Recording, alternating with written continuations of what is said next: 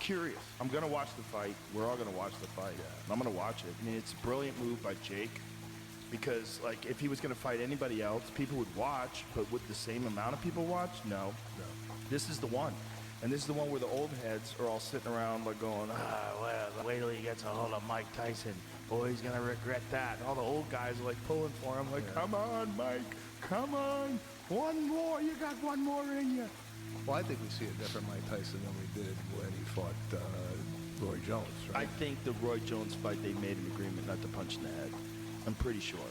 Because I watched that fight carefully, many times. And it never looked like he was targeting Roy's head. Which makes sense why Roy agreed to do the fight. You know, I think they probably made an agreement. It would be like a real boxing match, but just don't knock me out. But Roy was 168 pounds in his prime. He wasn't Mike Tyson size. Mike Tyson's fucking enormous. He's just a different mass. He's the width, the density. It's terrifying. And if they're older guys, I could imagine them making an agreement. Because if you watch the highlights, Mike never punches him in the face. And even if they do punch each other in the face, it seems like it's just like jabs and small punches. It does, you know, like almost like sparring shots. It's not like anybody's like really like winding up, you know? But really like throwing everything at it.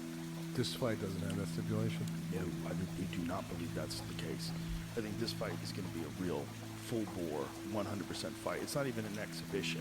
It counts on their professional record, so it's a professional fight. Oh, okay. Yeah. Is it 8 rounds?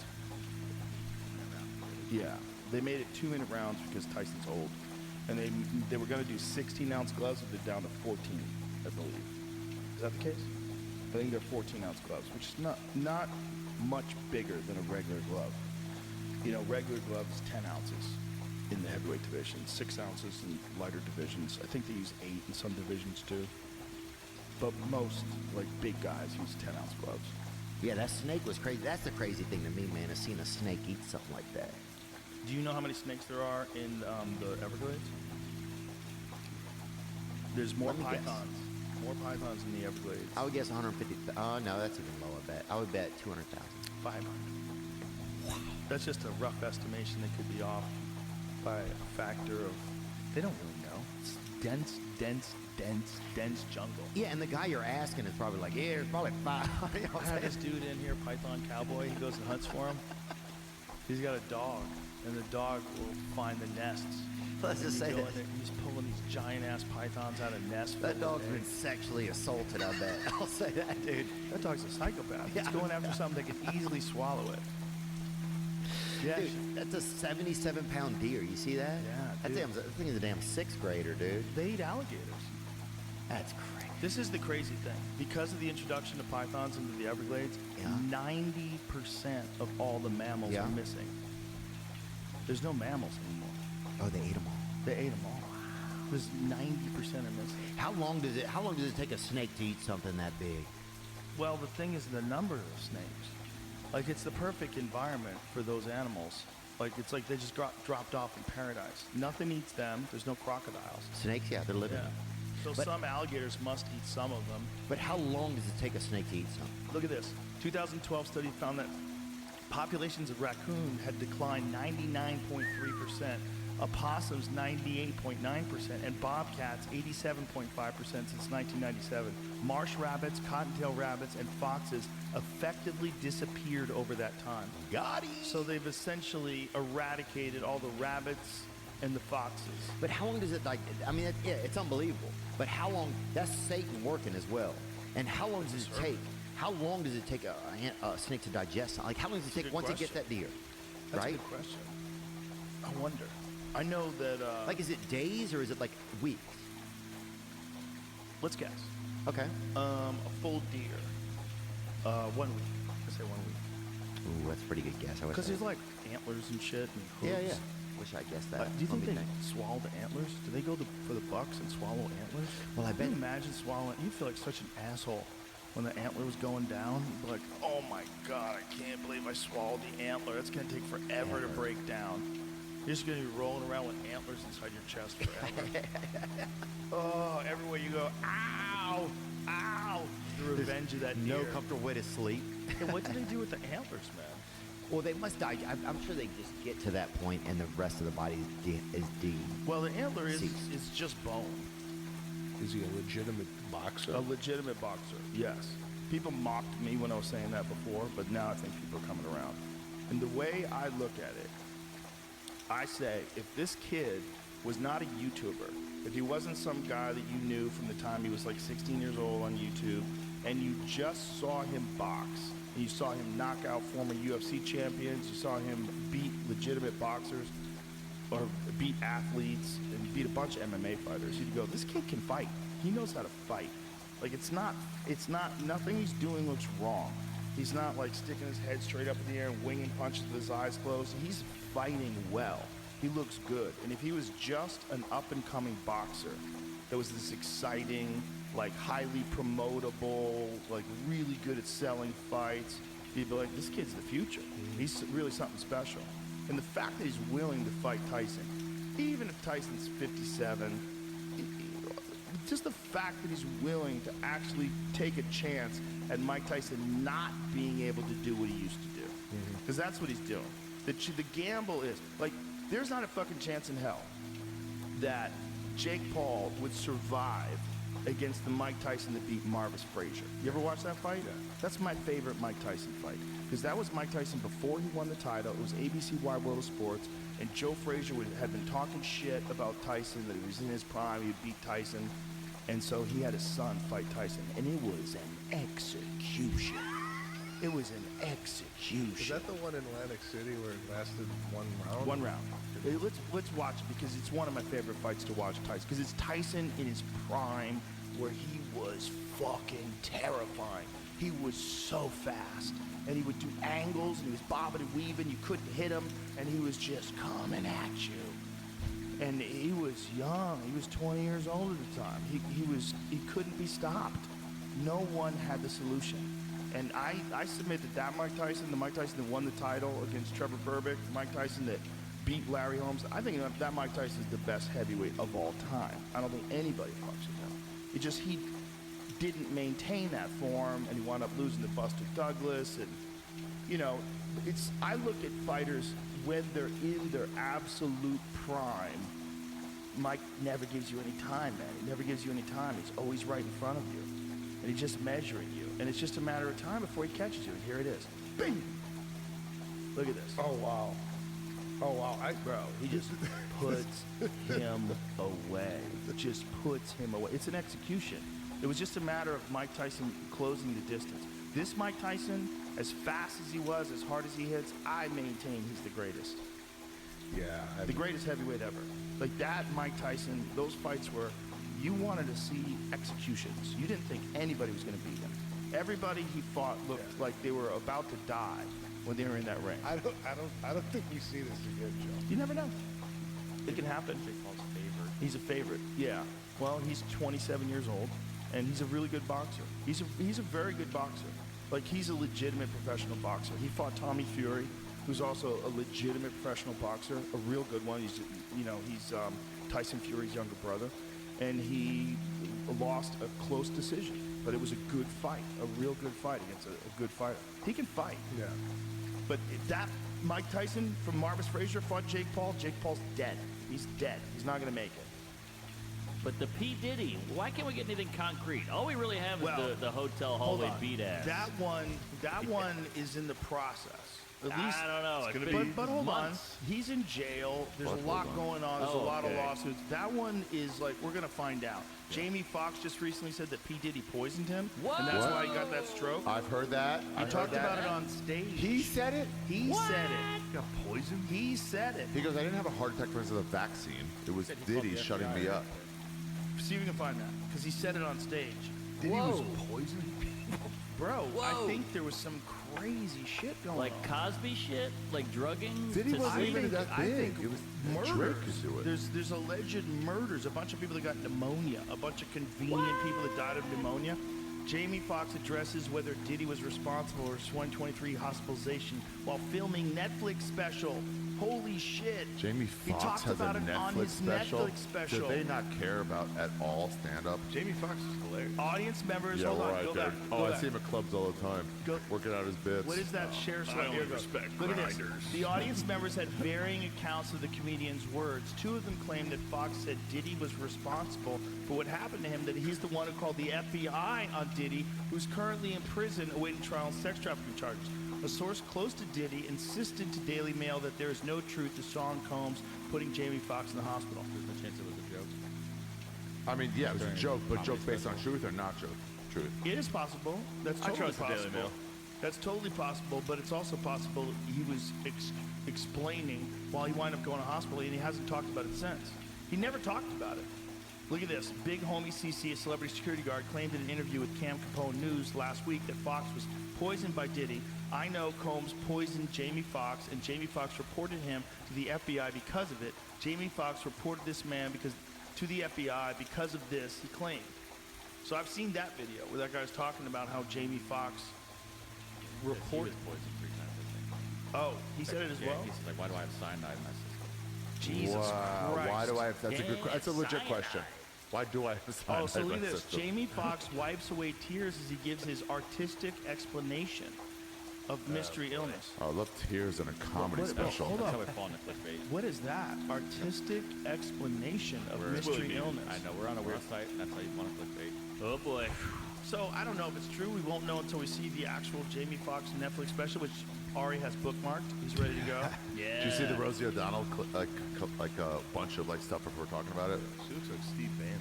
Her just making jokes over the years about Diddy and him going to jail and what he's doing wrong. It was like Cosby. It was Rosie like Weinstein. O'Donnell was joking yeah, about it was it? like they all knew about it, but we can't quite talk about it. Meanwhile, all these There's a people are moving to compilation Europe. That's How right. wild is that? Like Ellen just moved to England? Like, see ya. Well, better healthcare. Is he talking about it here? Pull it up. This is December 10th. Only on Netflix. hell He's yeah. fucking That's Jaguar, why I right? couldn't get a December date. He's a What talented happened guy. was. Yeah. Wow, it's called What Happened Was. Ooh, that's gonna be a big one. It might be like a one-man show rather than stand-up. Dude, if then they I'm not make gonna a watch trailer like that, it's like, What happened and he's was. like, I got drugged by Puff Daddy. Right. So funny. Would He's be gonna win a interesting. Grammy. So I wake up and I'm sucking LeBron's dick. And I don't know LeBron how I got James. here. LeBron. Another guy's scared of China. LeBron. Oh yeah. Oh yeah. Although I was talking with my friends earlier, I don't think LeBron's one of the only famous guys that never got hit with a pedophile fucking accusation. He might have never night is fucked a young. child. LeBron As might, crazy as that LeBron is. might be the man. Boy, this whole rap world, the rap beef. I'm glad I'm ignorant to it. I'm on the outside. I'm on the outside. Like, people keep bringing it up. Tony keeps trying to tell you Tony's trying to get green you- room. I'm like, no. You're not dragging me into this nonsense. No, it's at this point it's crazy. I've never seen a rap beef like this. They're going the back and forth. I saw a great Drake released another one yesterday because they've gone back and forth now 4 times apiece. So what, does someone have to tap out here? Is this to the death? I saw a great comment that said at this point these niggas are just doing an album together. Like after 8 songs, Right. going back and forth. That would be the way to wrap it up. That's To break bread, hug it out, go, well, you got me with that one. You got me with that one. Oh, let's put it out as an album. I mean, but I'm not gonna lie. So because I love both these guys. This is my era of rap. So I love these guys, man. Him, J. Cole, Drake, Kendrick. But Joe, it is pointing out the so personal the things they're saying because he's calling him a pedophile in the song, literally. Kendrick calling Drake a pedophile and all this stuff, and you have an illegitimate daughter. Brian has such a good joke because he said you have an illegitimate daughter, you're a pedophile, you groom women, and then Drake's comeback was, I don't have an 11-year-old daughter, and Brian said, hey bro, address the other shit. What? Nobody gives a fuck about the, what? He called you a pedophile, man. Yeah, a dad is not a bad thing to be, buddy. That's okay. When you hear the rest of the song, I mean, but it's to my that God. point where it's like, well, okay, what is this, man? This is Crazy. This is crazy. Tupac just did it once. Hey, man, I fucked your wife, fat Yeah, fuck. yeah. All right, that's it. Yeah, that was it. And then there was Nas and Jay-Z, the Ether. Yep, Jay-Z said his shit. Yeah. Nas ethered him. Yeah. Jay-Z said, I bow out. I'm done. And then I'm they going to be made Jay-Z. up, right? They're friends now. They're friends now. Yeah, so that can happen. It can happen. But I've never seen nothing like this. The back and forth to this extreme is like, man, it kind of sucks. There was the early days of Ice Cube and Eazy-E. That was great. Yeah, that was real beef. That was probably the first beef. And then there was Tim Dog and NWA. Fuck Compton. You don't know about Fuck Compton. This is before your time. Tim Dog was good, man. Tim Dog he was good. But Tim Dog was a guy who, unfortunately, his identity became the man who went after NWA when everyone was scared of NWA. And everybody was scared of Compton. Yeah. He was a crazy New York dude. Interesting. You never heard of Tim Dog? I've never heard of Tim Dog. Show me some Tim Dog. Because I love I love rap so much. And I love Tim Dog did the scariest thing. He went after NWA. Well, in the prime of Back NWA? road days. Oh, yeah. And when everyone was scared of him, it was just all guns and Ruthless rap. Raiders hats. Yeah, that's Tim Dog. Oh, that's so New York, chains like that? Go back to, what's the name of the album? It's something on Wax. Click on that. That's the album. Penicillin on Wax. That's the name of his CD. It's good, man. It's good. Like, he was a really good rapper. But the thing was, like, that if that's how you break out, then your identity gets connected to beefing with these very famous rappers. Where I think, like, if he just went, like, the Cool G rap way, just did his own shit, people would just love him for his own shit. Yeah. But he went after NWA.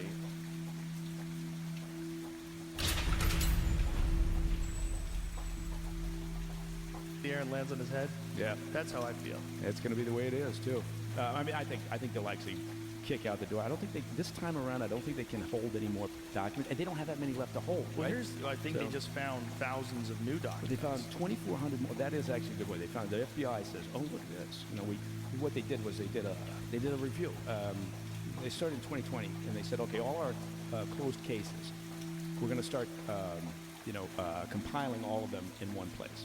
You know, why weren't they doing that 40 years ago, 50 years ago? How do you not do that? Right? Have a central repository. Anyway, so they said, this is what we're going to do. So they did, and they said, we're updating the way that we digitize and hold on to all our records. And during the course of that, then when Trump issued his executive order about the release of the files, and also for RFK and MLK, then the Bureau says, well, we were able to, because we've done this digitizing and this way of tracking our records, we were able to find 2,400 documents that are related that we just didn't know about. So there's those, and then there's maybe 5,000 other documents left that haven't been released. Well, Trump was quoted as saying that if you saw what they showed me, you wouldn't release it either. Right. What does And, that mean? You know, What can that mean? It's a really good question. Here's what I think. I think, and I don't. Obviously, I don't know what's in those documents either. Wait a minute, you don't? Yeah, remember, I was a toddler when he was shot, and Right. although that would have been perfect cover because nobody's fucking looking for a toddler to come Toddler behind with a that microphone, magnifying glass. come off that grassy Going over the knoll. documents. Right? Well, what Yeah. could I mean, it's not like they're going to Yeah. say in the documents, we did it, right? Like, Yeah. so what could the documents have that would be so incriminating that they wouldn't want to release them? Like, Yeah. what would you document if you assassinated the president? We'd say, well, me and Mike were sitting over here on the grassy knoll. And then this is Yeah. I think some of the documents, the redactions are really pedestrian. Like they redacted in the old days, redacted a person's name who was an investigator or a social security number of somebody who was interviewed. But this whole or page something is like that. redacted. Right. And so there's So like those are like weird. yeah, there's What's like going I on think there? they held on to Biden administration held on to like 2,000 some odd. Well, in documents. 2017, they were supposed to release them. Right. And then this was when the Trump administration didn't do it, and that's when people got mad. Yeah. Like, hey, you said you were going to do it. And this time they are saying they're going to do it. And then they got this hot lady who's involved in all this, Yeah. which is odd. It does. Well, again. Why'd they you know, pick her? Yeah, why'd they pick her? Is she, I mean, she a JFK expert? I think she's an assassination expert. Well, it's not just assassination. She's in charge of UFOs too, right? Right, and Epstein and all the rest. All the I think what we're going to find is, this is just me speculating, obviously, but I think what we're going to find with the released documents is, A, there's no smoking gun, and it's not going to stop people from believing what they believe. It's not going to put anything to rest. And I think also there probably will be One of the reasons I think some of these things were withheld was because it's embarrassing, perhaps, to the CIA and the FBI also in terms of their collaboration. Look, Lee Harvey Oswald was on their radar for good reasons, right? For counterintelligence reasons. He had lived over in Minsk. He defected to the Soviet Union. He lived over there for 3 years. Came back. And so that in alone puts him on the radar, right? Now suddenly he's a CI concern. So the CIA is definitely monitoring him. And then he goes down to Mexico, and he goes to the Cuban and Soviet embassies, right? And he's desperate to get involved in the revolution, even though he's the Soviets by that time have decided he's a complete loser. And I think Is that the narrative, though? I mean, do we know what they really decided? Well, I think I'm just speaking again from experience in the intelligence community. At a certain point, you look at somebody and go, "There's nothing here. This person is more of a liability than an asset." Well, wouldn't that be the perfect person to make a patsy? Well, unless they decided the guy is just unstable. Look, I mean, reportedly, he was finally granted permission to exist in the Soviet Union after he tried to kill himself. When they said they were going to send him back, he couldn't stay there. How did he try to kill himself? What I did have he do? no idea. I don't know that part of it, but I think it's. I guess. So my point is that I think he was on the radar, and I think what happened was, in the documents we may find that the CIA, at the time, was not proactive enough, and they didn't work well with the FBI. There was real friction between those two, and I think that if they had brought in the FBI, informed them, said, look, we've got the Cuban embassy and the Soviet embassy down in Mexico under observation. We've had this guy on our radar for some time. He's now come back to Dallas and New Orleans. He's back in the States. We've got to keep an eye on him. I think if they had done that, maybe history changes.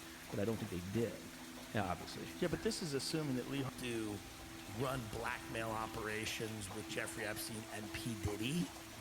Do you think the government was involved in the P. Diddy stuff? 1,000%.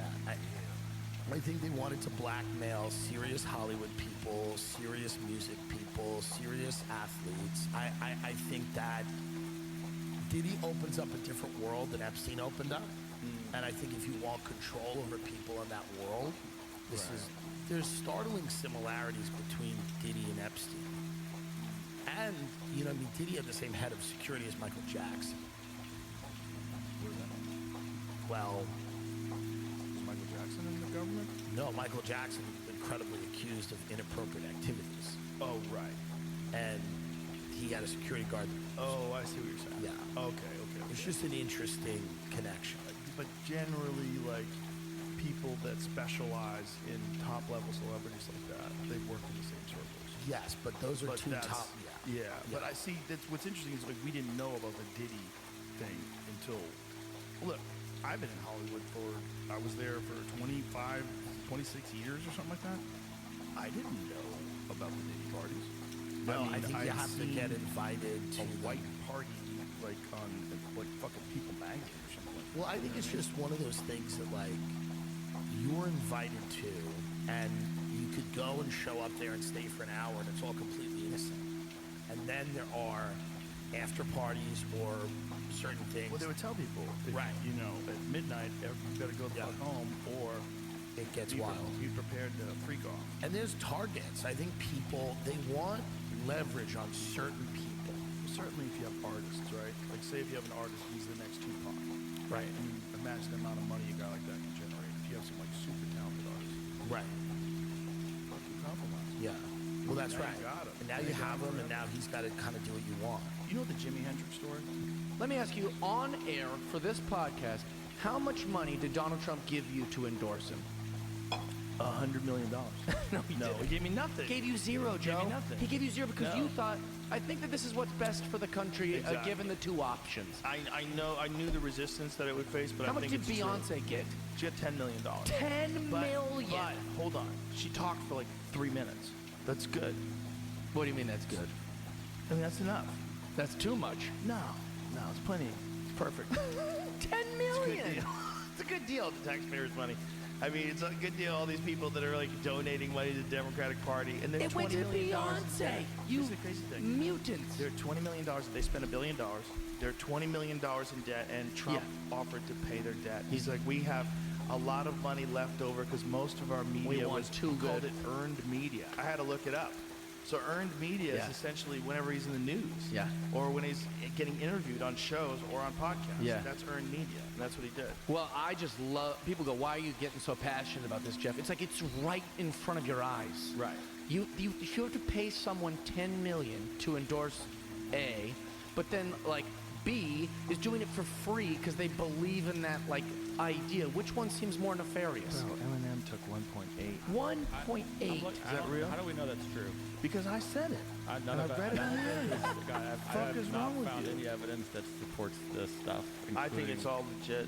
Are we If I'm wrong, absolute- I'm willing to, Again, I read it and my blood boiled. Yeah, I was I like, go- what is Okay, going on? The Beyonce one is crazy. Is it legal to pay Beyonce $10 million to talk at a political rally? I don't think so. There's all these like little companies. Why would they pay her that much? That seems crazy.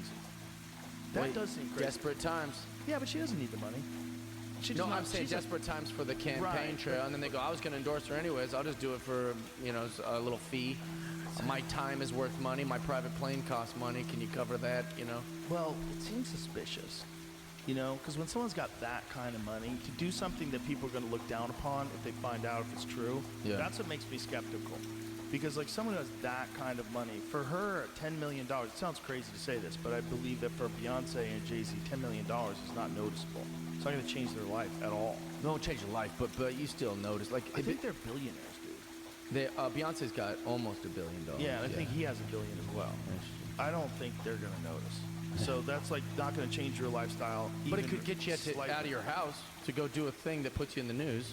Yeah, is that what you want? Well, think about the Super Bowl. All those people that perform the Super Bowl halftime get paid $0. Right, but Why it's do a they do it? tremendous advertisement. 'Cause they for do it. But they perform. She wasn't even performing. She Yeah. was just talking. I mean, maybe $10 million to $10 million. You can't help it, even if you got $2 Yeah. billion in the bank. But part of me is like, maybe I'm just looking at how I would look at it. Like, I wouldn't do shit. Yeah. Oh, Well, But at that time, and even still, the way I remember LA, it's winter circle. yeah. And earlier in my career, like if you're doing well in LA, like now, it's fun out there. All the ropes open up, and oh, Mr. Chappelle, and they accommodate you expertly because they're so proficient in hospitality. Yeah. But if you're not doing good, it'll remind you just a bit. Yeah, it makes you feel bad. It makes you feel bad. I've seen people, the look on their face when you pass through the line and the security guard goes, oh, come on up here. And the other people that are waiting, they watch you walk through, they feel terrible. Oh God, I hope not. Because I do it all the time. Like, I'm a rope crossing mother. No more waiting for me.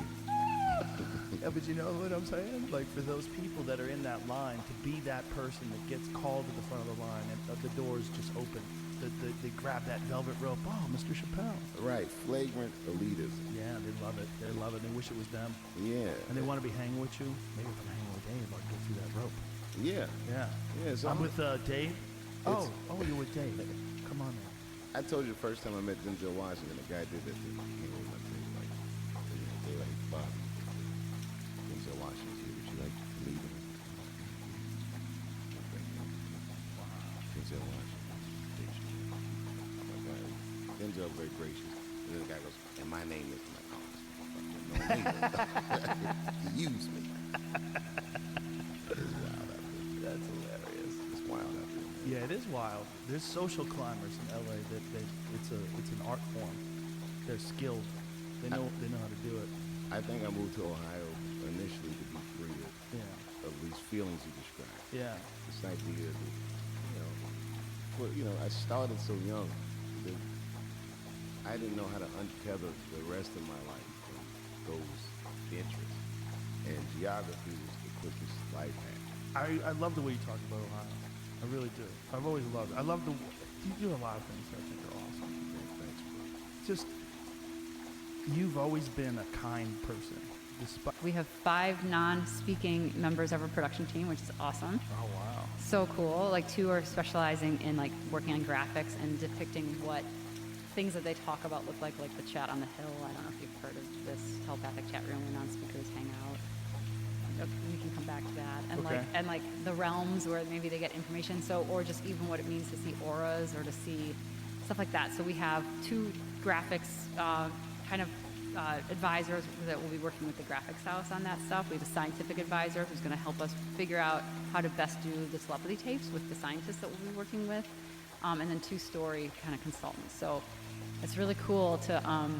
For all 5 of these individuals, I believe it's the first paying job they've ever had. So it's just cool having them on that's our very team. cool. So what is this chat on the hill? Okay, so that was one of the harder things to wrap my head around. When I first met Katie in Houston, Katie said, Houston talks about this telepathic chat room where he can go hang out with his friends. He can kind of tune into this telepathic chat room, and he teaches there too, and it's a place where they can commune and talk and encourage you. He teaches in the telepathic chat room? Yeah, Houston's like really special. He really is, and I think there are different roles that this person might talk about plant energy, and this person might talk about this, and I've heard this now well, let's just back up. So how many people are in this telepathic chat room? Well, I don't know, but well, I'll get to that answer. Let me just, because I think that's an interesting thing. So Houston started talking about this, what he calls the talk on the hill, which is this telepathic chat room. And then I met his good friend, John Paul, who's also kind of based in Atlanta. And John Paul would go up to his room and put 4 pillows on his head. And his mom was like, he's on the hill. And this is what he does to kind of get everything out, all the sounds of the house, so he can really concentrate and get there.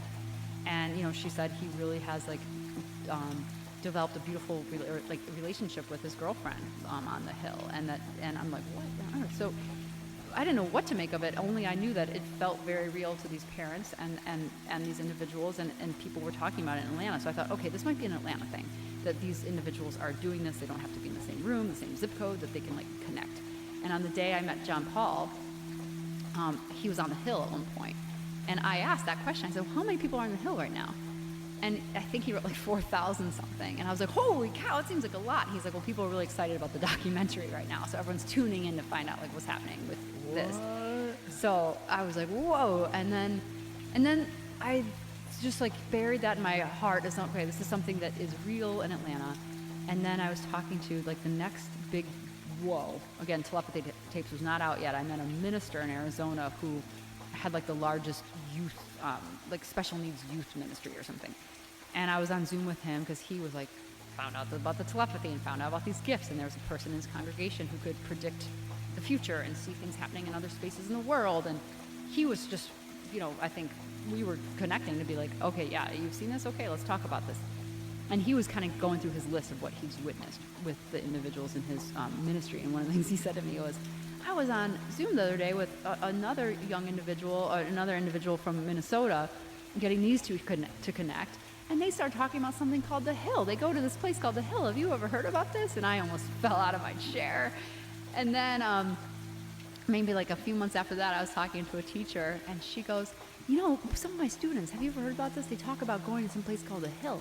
And one of them says he goes there to learn about time travel, and the other one likes to talk about someone from Norway who talks about the bees and beekeeping and beach stuff. And at that point, my head is exploding, just wait, it's real? Geez, And then there's a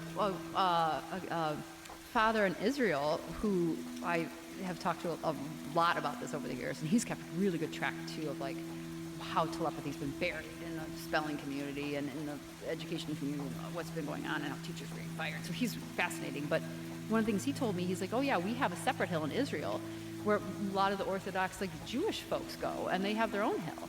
And then I would get some emails and be like, there's also a hill in Arizona and Florida. There's different hills. So it's a mystery. It's a magical mystery. But they all call it the same thing? Yeah, and I don't. And then I've also met after the telepathy tapes came out, one family wrote me and said, hey, my son has said he has telepathy, no doubt there, but he can only do it with people in the room, but he's never been to the hill. How does he get to the hill?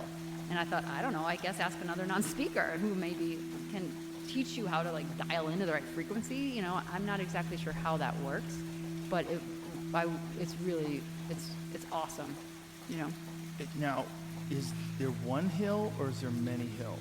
I think there's a few hills. And have they verified that people who are communicating in this hill are actually communicating with these individuals? Yeah, and in fact, that's one of the storylines in the film that I'm really excited about. Like, one of the subjects is a young girl who's always felt pretty isolated. You know, it's hard sometimes to make friends if you're not able to communicate at school or whatever. So, but she was bringing up names and has brought up names that her mom was like, or, you know, they're not in her school, they're not in our periphery, they're not in any of our social stuff. And then once the celebrity tapes came out, these Facebook groups sprang up of families that were kind of going through this stuff. And in that process, she found, I think, like 4 of these individuals that her daughter was saying she was really good friends with on the Hill. And they also say they go to the Hill. Mm-hmm. Yeah, yeah. And so we've like corroborated all these points in this girl's life. Have you tried to corroborate actual distribution of information, actual communication? Mm-hmm. Yeah. Have you done that? Mm-hmm. Yeah. It's Whoa. yeah. I mean, that's of course like you have to imagine for everyone in this world, all the families that I'm close to, and teachers and therapists and stuff. It's still remarkable. So anytime someone says something, we will try to validate it. Like, this person just said they saw this person on the Hill. Can you validate they were there? And then, oh my gosh, yes. What did they talk about? This was said and this was said. Hey, this person says that person is on the Hill and talking about blank. Oh yeah, I can verify that that person teaches about that on the Hill. So, like, it's not like anyone is taking any of this just in stride. Like, we're just, you know, I think there's still that human nature, like you were talking about, that like even the parents and teachers and me and the people on the front lines of this are still always trying to validate it. Like, this happened, is that true? Did you get that same thing? And then there's that moment of like, oh my God, like that's happening with all of us all the time too. That mind-blowing, wow, that just, you know, bore out. It's remarkable when it happens. That the Hill thing is next level. It's next level. And why is it the Hill? Why do they call it the Hill universally? Well, Houston named it the Chat on the Hill. He named it. Mm-hmm. Yeah. How do the other kids name it? I think they're all saying it as well, though, right? They're all saying the same term. Yeah, but I mean, just like someone named this cup, and we're all calling it cup, right? I think like it just spreads. So you think that child, Houston, he named it, and then everybody else accepted that name? Yeah. So these people that are is there documentation that shows the effectiveness of certain techniques? Like, do we have any of their work? Like the Jolly West, did he publish any things, or did he leave behind documents explaining what worked and what didn't work? Yeah, some. But you know, this guy named, I don't know his first name, Church, got really pissed off at all the CIA stuff. And the launched church group. Yeah. He said, we're going to get it all. And then the CIA launched a destruction order and said we need to destroy. It was like Enron at the CIA, and papers getting shredded and all this stuff. And some of the documents survived the destruction order. Did you read Chaos, the Tom O'Neill book? No. It's about the Manson family, how they did it with the Manson family. It's essentially, I mean, he lays out a very compelling case for the CIA not only training Manson, but supplying him with LSD and then getting him out of jail every time he got caught. And that it was done to change the perception of the anti-war movement. Like the hippies were peace, love, and psychedelic music, and you know, people were dropping out of society. And instead, the narrative now became, no, they are murderers and psychopaths, and they're going to kill beautiful actresses and people in Hollywood. So they thought he would be like the vaccine for Timothy Leary and all the people. Yeah, that's a good way to put it. Yeah, that they took this guy who was a con man and had sort of a proclivity towards, you know, influencing people and being charismatic. And you ever heard his music? No, I didn't know he did music. Yeah, he actually recorded with Brian Wilson of the Beach Boys, and I think Brian Wilson and him, there was like a real problem because his career didn't take off, and like he threatened him. It became very problematic, his relationship with Brian Wilson. But there's a song, so you can find the song. Listen to it a little bit. The Manson. Can we play this? Does someone own this? How's that work? Something we had to talk. Guns N' Roses covered one of his songs. Did you know that? Oh yeah, we talked about that. I think we did. Yeah. But he recorded some songs, and you know, they're not that bad. that him singing? Yeah.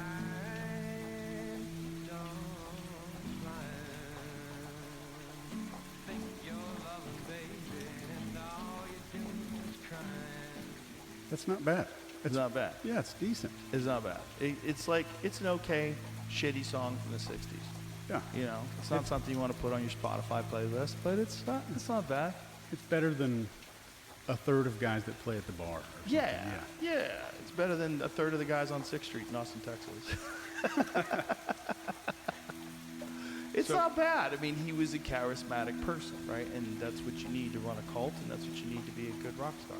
And a lot of psychedelics. Yeah, and he apparently wouldn't take them. He would give them to people and pretend to take them, and then he would use these methods to manipulate them while they were under.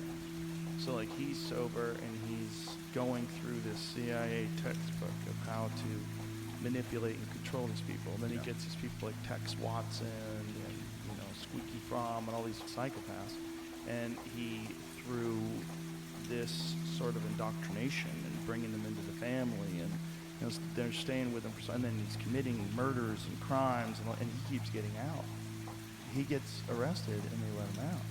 And the sheriffs that let him out, they all have the same explanation. I was told it's above my pay grade, and they just let him out. So the guy's violating parole, and he's getting out, like, multiple times. Oh like, God. it's I didn't very know this. compelling. Yeah, and there's a real compelling case for Jolly West. First of all, there's anecdotal evidence. Jolly West visited him in jail, and they think that that's when it all started. Wow. Yeah, I don't doubt any of that. It makes sense because, like, that's a really successful cult.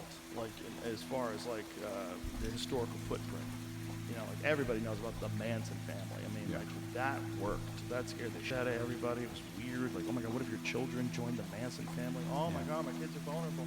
What if they want to be peace, love, and flower children and they get wrapped up in the family? And it just sort of changed the tone in society with people. And it was also at the same time when they passed that sweeping Schedule I Psychedelics Act where they made everything illegal. It's all around the same time. And art goes to zero. Yeah, Like, art goes all art into the toilet. starts disappearing. Architecture. A lot of things music. went south. Yeah, car design. But the fact that there's real compelling evidence that this was the government, and that this was the government's response to this immense cultural change that took place between 1950 and 1960. And it's not like just guessing. It's like there's real programs that they were involved in that were absolutely doing that kind of work. 100%. Yeah, and that's really crazy to think of. So this is very strange. She's from Florida. She ran against I forget his name, but I sent Jamie the video of this. This is one of the nuttiest things. The Republican she was running against in Florida in a primary was caught on tape talking about having her killed if she does well, is about to get elected. Oh, Jesus. Just someone I know I had heard of them or some influencer. William Braddock. this it? Okay, now I can't William find... Braddock threatens to send Russian-Ukrainian hit squad after rival for Florida GOP primary. Okay, but they say Really? Russian. Okay, that's actually less weird than some of the other stuff he says, and they don't mention it. So play his recording. Now he got prosecuted, so this is not him just bragging, I guess.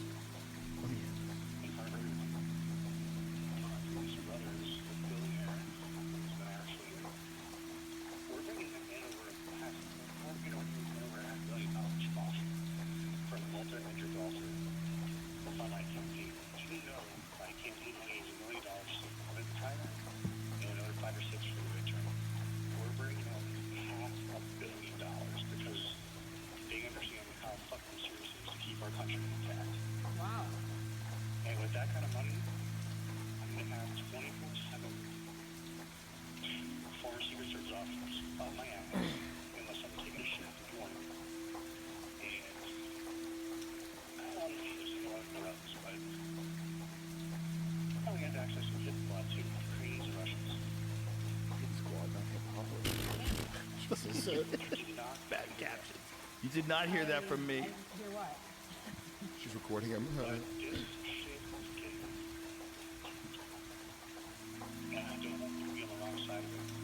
don't want to be on the wrong side of it either. So why would we need? I guess, like, I mean, that's. Oh no, you're not going to be part of it regardless. But I'm just saying, don't get caught in the public with supporting Luna because Luna supporters are going. Luna's going to go down.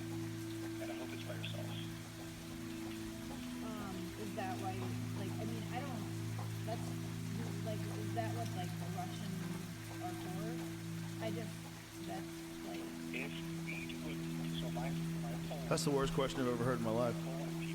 Keep him on the line. Just keep him on the line. Wait. Yeah. right before the practice. And Paul says he's going to win. She's going to be gone. She's going to disappear. Dang. And you cannot tell anybody. You can't tell anybody I'm gonna have someone killed. Imagine. Oh, how dang, I well would does never. this? Hold up, please. Pause for a second. How well does this dude know that lady? And by the way, why is he breathing so quick? That dude sounds like he's cranked out of his fucking mind. You hear the? Well, you heard him say his Freemason brothers, so that means he is. He's cranked out of That his mind. means he parties. That guy's partying right now. Yeah. Like this is cocaine talk. This isn't 100%. real. This is cocaine talk, right? Well, it's not just that. It is that, but also he got arrested and prosecuted. Well, you can't have cocaine talk on the fucking He phone. ran away to the Philippines, and that's a pretty dark connection too. Hold on, keep Yeah. going. I want to hear more what he says. But it sounds like cocaine talk. Yeah, they all get coked up. Yeah. And you say wild shit. Sacrifice the what? The few. For the better of the good. Majority of people, we've got to sacrifice the few. Dude, you hear that? He's out of his mind. No. Wait, pause that. Yeah. So yeah, we he gotta is high. sacrifice the few. You're 100% right about that. Yeah, no, he believes that though. That's his Freemason brothers are bringing money from Malta and Gibraltar. Can we Yeah. pause 1 second? Who is he saying this to? What is the woman's name? Aaron something. Can you get a photo of this lady? I bet she's hot, I can't. which is part of the I can problem. either play this and show you guys the screen, or I can do like you know. Oh, play it. Just finish it. Let's just get a Yeah. photo real quick Oh. so I can get a context. I just want to put it in context because I'm trying to figure out why this guy is blabbing to this lady that he doesn't know really well. I would think if you're going to have someone killed, you wouldn't tell like regular friends. You wouldn't tell like casual friends. Like, how well does this guy know this lady? What's And is he cocaine trying make you to? do? Cocaine makes Is you he trying confide to in people. impress her? Yes. It does. It does. Is he trying to impress her, and is she attractive? And like, Yes, that's a good question. you know what I mean? wondered that Because as like, well. there's guys that'll just make up stories about. Like, there we go. Yeah, he liked it, yeah. She's pretty. There we go. Exactly. Okay. So it's cocaine talk to a pretty lady trying to impress her with your power. That's good enough for the CIA to spy and get that talk and use it as intel, by the way, generally, isn't it? So here's the other question. How Look at does him. this... Just Yeah, point- he's a dork. He's a coked up dork, and she's hot, and this is the first time a hot lady's talked to this coked up dork. Allegedly. He may not have done cocaine. He might just have been nervous. Maybe he's just really attracted to this lady, and it's adrenaline. Or maybe he drank a lot of coffee. It just sounds like... It sounds like coked up. Well, because all the you probably shouldn't talk about your Freemason brothers and their a Russian Ukrainian hit squad. Wow, that's cool of them to get past their differences. Yeah, they coordinated. They coordinated just for this one special project, because Captain Cocaine Okay, got but to put a hit out on some lady. he is connected to something. I think he wouldn't have run to the Philippines where these kind of people run to. He wouldn't have be. So is he running from the law right now? No, he's going back to court. They probably like you have to go to catch him? jail. But your Freeman's brothers like, we can't get you out of this idiot. You got coked up and talked to a whore. You know how Gilean's got to do her time and keep her trap shut? This guy's going to have to do that too. But William Braddock, I'm like, okay, who is he? He must be from a family from there? I couldn't find anything, but maybe I just sucked at it. But where's his bio? Who is he? Who's his dad? Imagine you're just talking shit and you think you're a badass. You're gonna say cool shit to this girl on the phone and you find out you're being recorded while you're on cocaine and you plan to hit. You might have woke up in the morning with a splitting headache, doesn't even remember being on the phone saying he was planning a hit. Wakes up, he's paranoid. A nurse. Yes. Oh, yes. She's She was talking to him. They call her a conservative activist. No, she was talking about some real shit. She was good, the thing she was talking about with that. What was it? I can't remember. I don't. What they were talking. She was reporting from the hospital. Yes. He was Mike Tyson again. He was getting ready to fight again, and he was terrifying. And this is Mike Tyson again at 50, right? So imagine what Mike Tyson at 22 was like. I mean, it had to be terrifying. I bet he won so many fights just psychologically. Oh, yeah. Just standing across the ring looking at that guy, even if I was a good fighter. Yeah. I'm like, man. Yeah, everybody why am was I- terrified of him. You're standing like, why am I doing this? Yeah, he had an aura, and all the greats have auras like that. Roy Jones had that aura in his prime too, where you knew the fighter that he was facing was fucked. And it, eventually catches up with you, and it did with Mike, with Buster Douglas, and then Evander Holyfield, and some of the other fights after that. But when a fighter has that aura, it takes a very special, confident person to overcome that. And that's why winning a title is so difficult. It's so difficult to beat a champion. Is the psychological, especially if you've never had a championship fight, and you're fighting someone like, Anderson Silva in his prime, who had just been dominating his division. This is your first world title fight. And you're fighting a guy who's been there, done that 8 times, destroyed everybody in his path, and he's looking at you at the weigh-ins. He's not even remotely nervous about you, and he's like smiling at you, and he thinks he's just gonna tear you apart. Yeah. And it takes a person of very special psychological, you have to have a fortitude. Your mind has to be so fucking strong to be able to handle that moment, because it's not just a physical fight of skills, it's also the moment. Yeah. And the moment is overwhelming. It's so different than everything else. And you want to talk about novelty. The novelty of a world title fight. I mean, just imagine someone backstage at the UFC. There's 4 fights before you get on, and you're watching people get knocked out and head kicked. You're in the green room, and you're in the locker rooms rather, and you're warming up, you're practicing, you're hitting mitts, and you're thinking, what the fuck am I getting myself into? Like, what am I doing? And then you see Anderson Silva warming up, and you're like, oh, Jesus Christ, what am I doing? Like, you have to have a very special mind to be able to overcome that. And I think it's one of the reasons why a lot of fighters today are seeking out mental coaches. It's very common. I first found about it through my friend Vinny Shorman, who has worked with a lot of MMA fighters and a lot of world championship kickboxers as well, and helped a lot of people with that. There's quite a few different fighters now that utilize mental coaches and some sort of visualization coaching, and where they have very specific goals in terms of how they want to walk out, what they want. They want to see the whole thing. There's guys like John Jones would famously walk out before the fight, and he would move around the octagon. He would soak it all up in empty stadium. Yeah, when no one was there, before everything. And we would get footage of it sometimes of him just moving around. He'd move around with his coaches. He just wanted to feel the floor under his feet. He wanted to see the cage. He wanted to get himself in that mindset. And John is, if not the greatest, one of the absolute greatest of all time. And, he was meticulous, and still is meticulous about his preparation. So this is very strange. She's from Florida. She ran against, I forget his name, but I sent Jamie the video of this. This is one of the nuttiest things. The Republican she was running against in Florida in the primary was caught on tape talking about having her killed if she does well, is about to get elected. Oh, Jesus. So someone I know I had heard of him, or some influencer. William Braddock. Okay, now I can't William Braddock threatens to send Russian-Ukrainian hit squad after rival for Florida GOP primary. Okay, but they say Really? Russian. Okay, that's actually less weird than some of the other stuff he says, and they don't mention it. So play his recording. Now he got prosecuted, so this is not him just bragging, I guess.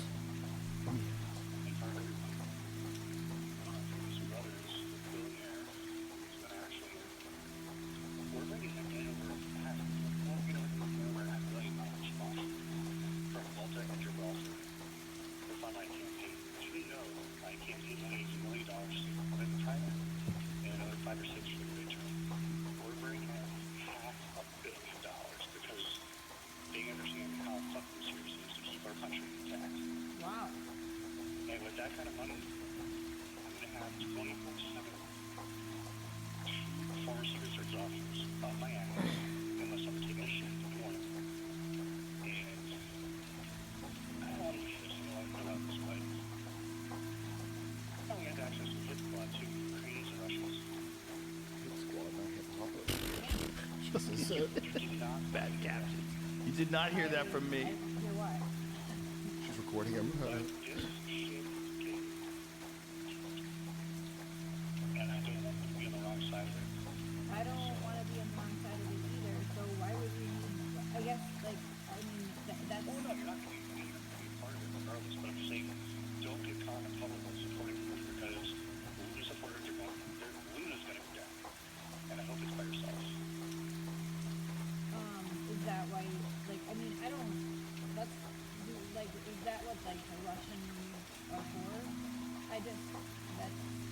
If we do it, so my poll, That's the worst question I've ever heard in my life. polling people Keep him on the line. Just keep him on the line.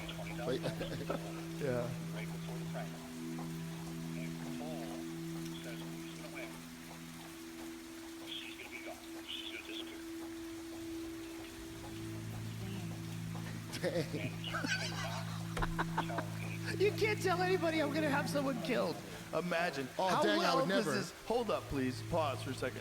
How well does this dude know that lady? And by the way, why is he breathing so quick? That dude sounds like he's cranked out of his fucking mind. He hear that? Well, you heard him say his Freemason brothers, so that means he is. He's cranked out of That his mind. means he parties. That guy's partying right now. Yeah. Like, this is cocaine talk. This isn't 100%. real. This is cocaine talk, right? Well, not just that. It is that, but also he got arrested and prosecuted. Well, you can't have cocaine talk on the fucking He phone. ran away to the Philippines, and that's a pretty dark connection too. Hold on, keep Yeah. going. I want to hear more of what he says. But it sounds like cocaine talk. Yeah, they all get coked out. Yeah. And you say wild shit. Sacrifice to what? The few. For the better of the good. Majority of people, we've got to sacrifice the few. Dude, you hear that? He's out of his mind. No. Wait, pause that. Yeah. So yeah, we he gotta is high. sacrifice the few. You're 100% right about that. Yeah, no, he believes that though. That's his Freemason brothers are bringing money from Malta and Gibraltar. Can we pause 1 second? Who is he saying this to? What is the woman's name? Aaron something. Can you get a photo of this lady? I bet she's hot. I can't. Which is part of the I problem. can either play this and show you guys the screen, or I can do like, you know. Oh, play it. Just finish it. Let's just get a photo real quick Oh. so I can get a context. I just want to put it in context because I'm trying to figure out why this guy is blabbing to this lady that he doesn't know really well. I would think if you're gonna have someone killed, you wouldn't tell like regular friends. You wouldn't tell like casual friends. Like, how well does this guy know this lady? What's And is he cocaine trying make you to? do? Cocaine makes Is you he trying confide to in people. impress her? Yes, it does. It does. Is he trying to impress her, and is she attractive? And like, Yes, that's a good question. you know what I mean? wondered that Because as like, well. there's guys that'll just make up stories about. There we go. Yeah, he liked it, yeah. She's pretty. There we go. Exactly. Okay. So it's cocaine talk to a pretty lady trying to impress her with your power. That's good enough for the CIA to spy and get that talk and use it as intel, by the way, generally, isn't it? So here's the other question. How Look at does him. this... Just Yeah, point- he's a dork. He's a coked up dork, and she's hot, and this is the first time a hot lady's talked to this coked up dork. Allegedly. He may not have been on cocaine. He might just have been nervous. Maybe he's just really attracted to this lady, and it's adrenaline. Or maybe he drank a lot of coffee. It just sounds like... It sounds like coke talk. Well, because all the you probably shouldn't talk about your Freemason brothers and their... A Russian Ukrainian hit squad. Wow, that's cool of them to get past their differences. Yeah, they coordinated. They coordinated just for this one special project, because Captain Cocaine Okay, got to but put a hit out on some lady. he is connected to something, I think. He wouldn't have run to the Philippines where these kind of people run to. He wouldn't have... So is he running from the law right now? No, he's going back to court. They're probably like, you have to go to catch him? jail.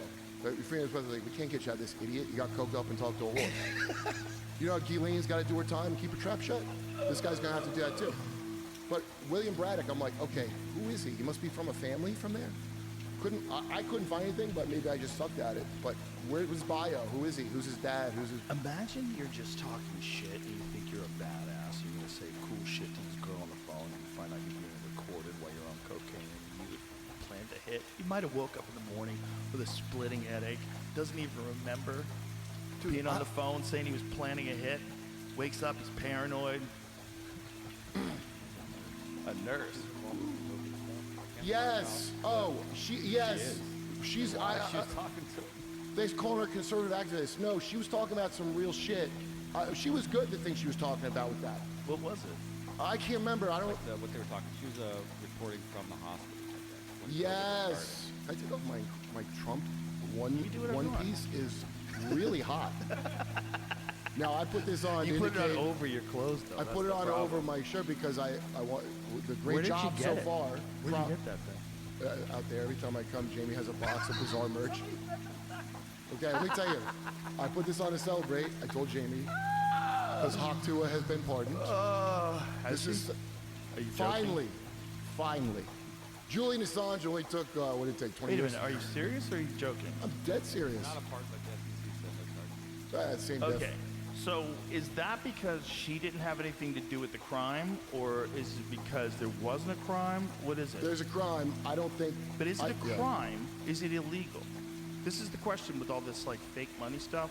This is why it's so confusing. If you have these meme coins and people are genuinely making millions of dollars from real meme coins, but it's kind of bullshit. It's kind of a fake money, and anybody can kind of make it and then sell it. Like there's no rules, right? Like you can dump it, right? Did I tell you my buddy was making, they make those AI slaves that they stack to make like memes and coins? A lot of these guys from Puerto Rico or like Dominican Republic because of taxes. Yeah. So the guys that make those coins, they refer to people who buy those coins as degenerate gamblers. Right. Because that's what they are. So that's all it is. I mean, you could say, why is the stock market less degenerate gambler than that? I guess because, I don't know why. Maybe you get backed up on certain investments by the government because there's a little bit more fake regulation. I don't know. It is kind of crazy that it's based entirely on information and confidence about a company. And it can go up or down depending upon who like the CEO gets caught sleeping with or what new environmental laws It sounds like come out. magical is what it sounds like. Crazy. And your whole, like in 2008 when everything just crashed, there was this dude who lived next to me. I had a lot next to my house in California, and this guy wanted to build a house. It was the saddest fucking thing now. Because this was like in 2012. When we were living there, this dude was raking his lawn, and so I went over just to talk to him. There's no house there, and the dude would just like clean up brush and shit. He was like a responsible landowner, and he didn't even have a property, a house on it. And I said, "Are you gonna build here? Because I knew you were gonna build here a while back, but we never heard anything." And he's like, "I lost everything in the crash." He goes, "I saved up all my life working. I had this dream to build this house on this, and the property was really beautiful.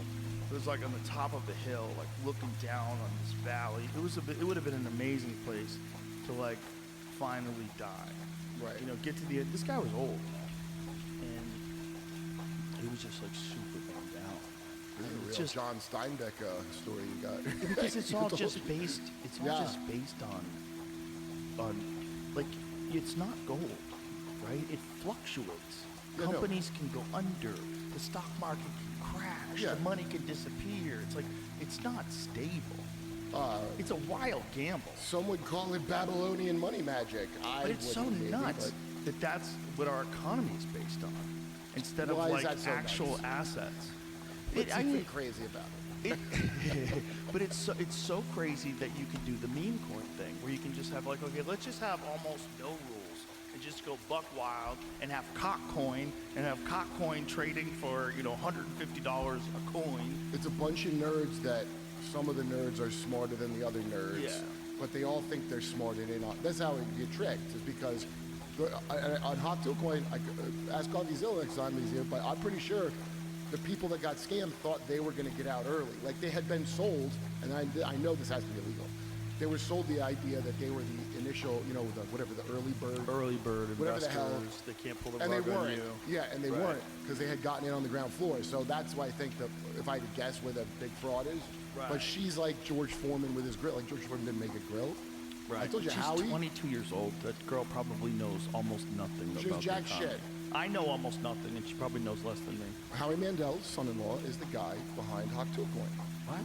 I told you last time. His name's DJ something. Did you? DJ at LA or. So much information when I talk to you. When I get a text message from you, I always take a deep breath. I know. Well, you Okay, here we sometimes. go. Yeah. What do we got? By the way, that thing you're saying, were you just describing the market right now? Yeah. I was just chuckling like, oh yes, but Social Security is the biggest Ponzi scheme. Not that shit. Social Security is the worst.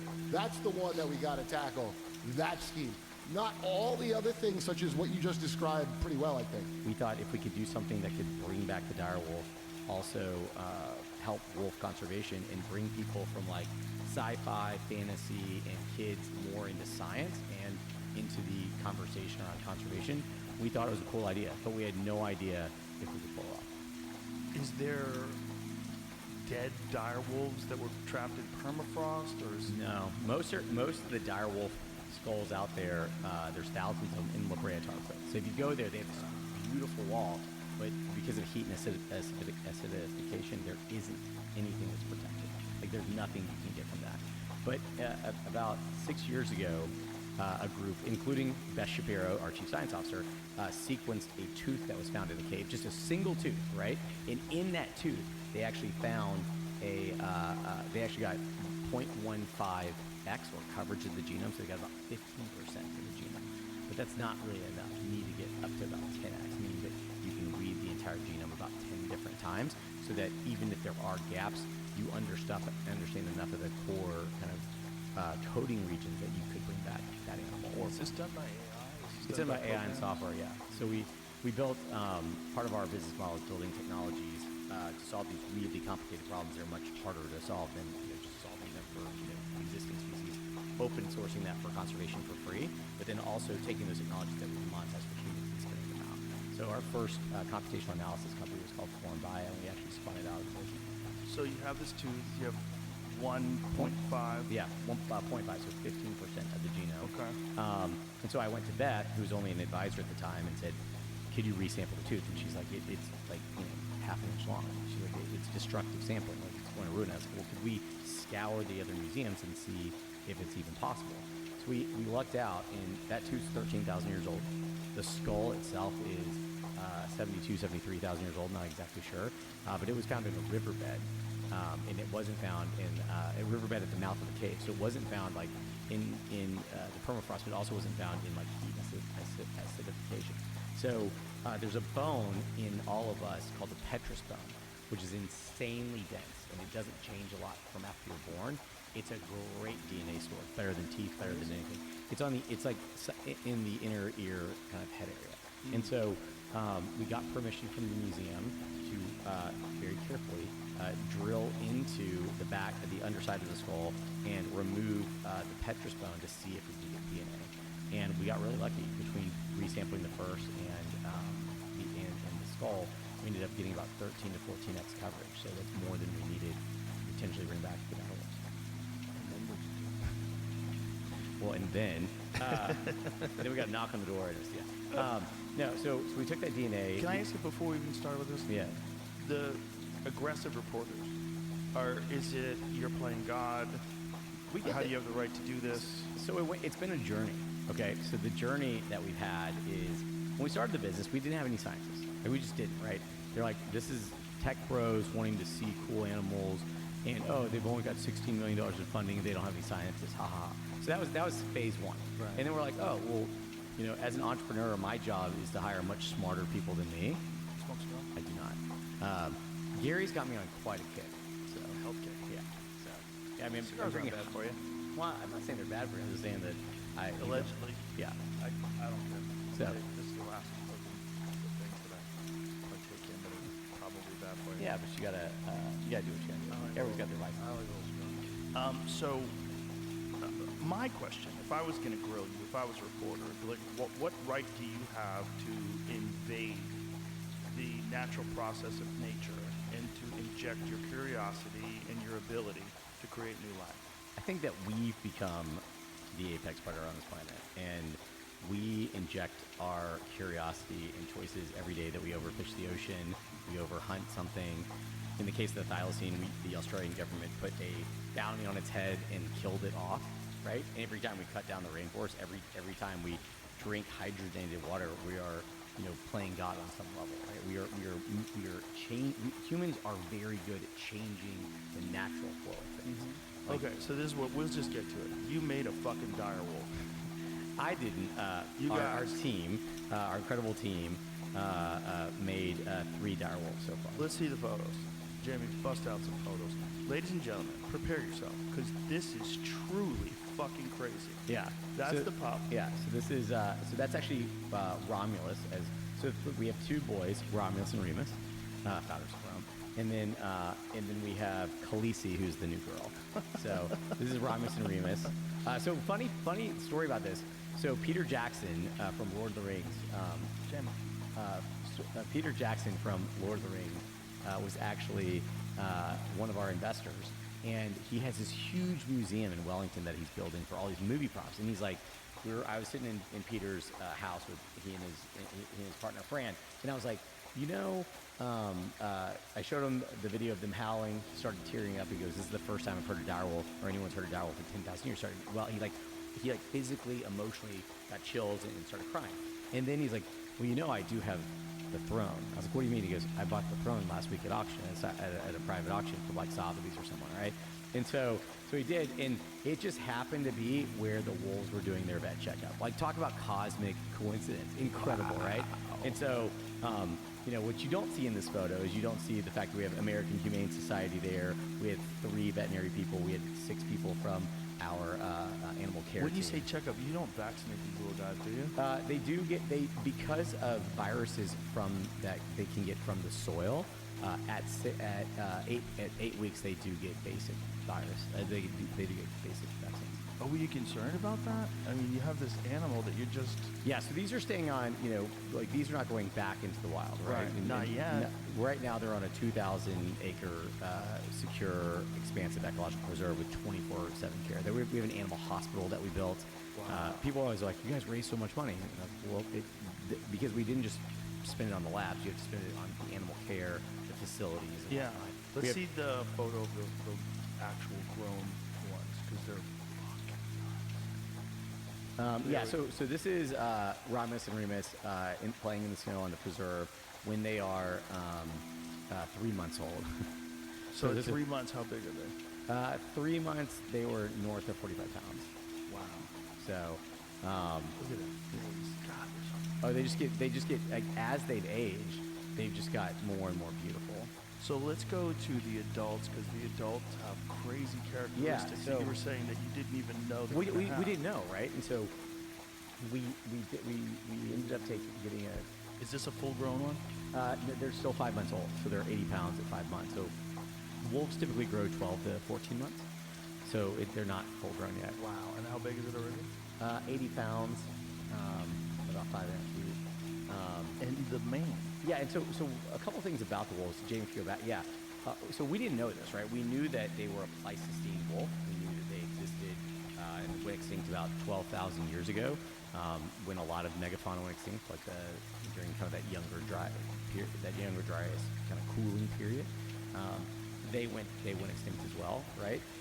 And we knew, all we know, because all we have is, we don't have frozen dire wolves or frozen samples, we literally just know from skeletal remains that they were 20 to 25% larger, they were stockier, they probably weren't as fast based on kind of their body weight as a normal wolf would be. But we knew that they had thicker skulls, larger cranium, and whatnot. And we assumed that and we did find this out in the genome, which is pretty cool, that they were white, because there's like this misconception for a while that they were red, because some scientists wanted to make a paper and assume that they were red so they get their paper. Doesn't it make sense from natural selection? Yeah. I mean, they're an Arctic hunting animal. Yeah, and they had this beautiful, we didn't know this, they had this beautiful like mane-like quality to them. And when they're babies, you saw a couple of pictures, their fur almost feels like polar bears. It's crazy. Wow. Is it like polar bears and it's hollow, or is it yeah, it's not. It's like typical wolves, but it's incredibly thick. It grows in kind of these clumps. But then as they've grown in, they've started to get this kind of like mane to them, which is the incredible. females as well. Well, the female, she's only 6 weeks old, 6 2. Oh, okay. 6 weeks old. So if you keep going through a couple other photos, yeah, I mean they're just beautiful. And it's funny. Someone actually said on our team, they almost look like Shetland pony wolves at some point, right? Right. But They're so stocky. They're stocky. They're thicker. They are. I mean, they're absolutely beautiful. So this is Khaleesi, who looks like a baby, and we nailed it. We named her. Can we hear it? Can we hear it? We named Khaleesi for George R. R. Martin, Obviously. Who's an investor in Colossal. Oh, wow. Oh. Nature's cute little murderers. Well, everything in nature murders something, right? Yeah. Like we murder. Well, cows murder grass. Yeah. And people are now saying you can hear grass and other plants that scream. Yeah. Yeah, they scream. Yeah. So I guess we all are bad. So. Life eats life. Yeah. This is, that's the reason why plants have chemicals to dissuade us from eating them. What are they eating there? So they love to chew on horns in the state. So we have a different phases of, we built a 145-page animal guide. These are actually different horns from different elk and other species that we're putting out there. And they chew on it like they just love like a dog does. Like a dog does, right? So are you letting these animals kill things, or are you feeding them? So we're feeding them still. So they eat a combination of bison meat, horse meat, and Do you plan on letting them kill things? So we're eventually? just about to introduce carcasses to them. So giving them part of a carcass, letting them feed, building in that dynamic between the two brothers for now. And then and they are starting to exhibit some hunting behavior. Are you going to let them hunt? I mean, they are on a seemingly wild 2,000-acre preserve with just them, so they do have the ability to hunt on that preserve. But they're not doing it yet. They're starting to exhibit the original, kind of the first inklings that will trend toward that. But we want them to live.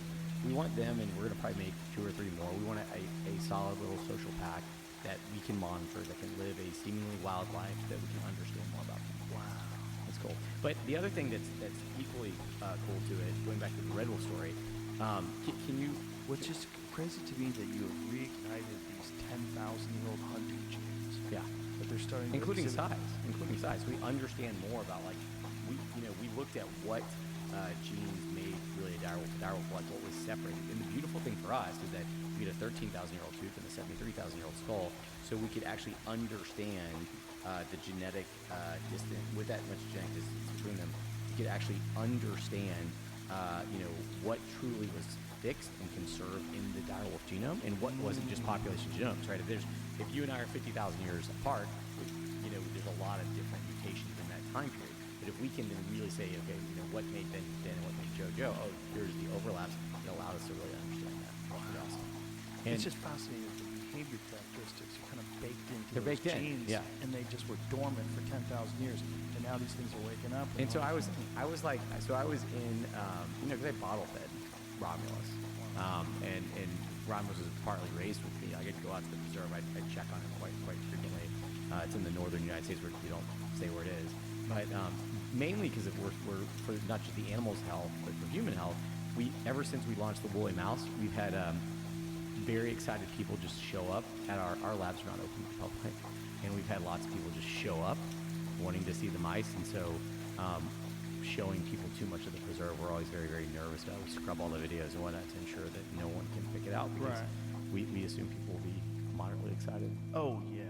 Oh, the internet sleuths will try to find you. Yeah, so we've done.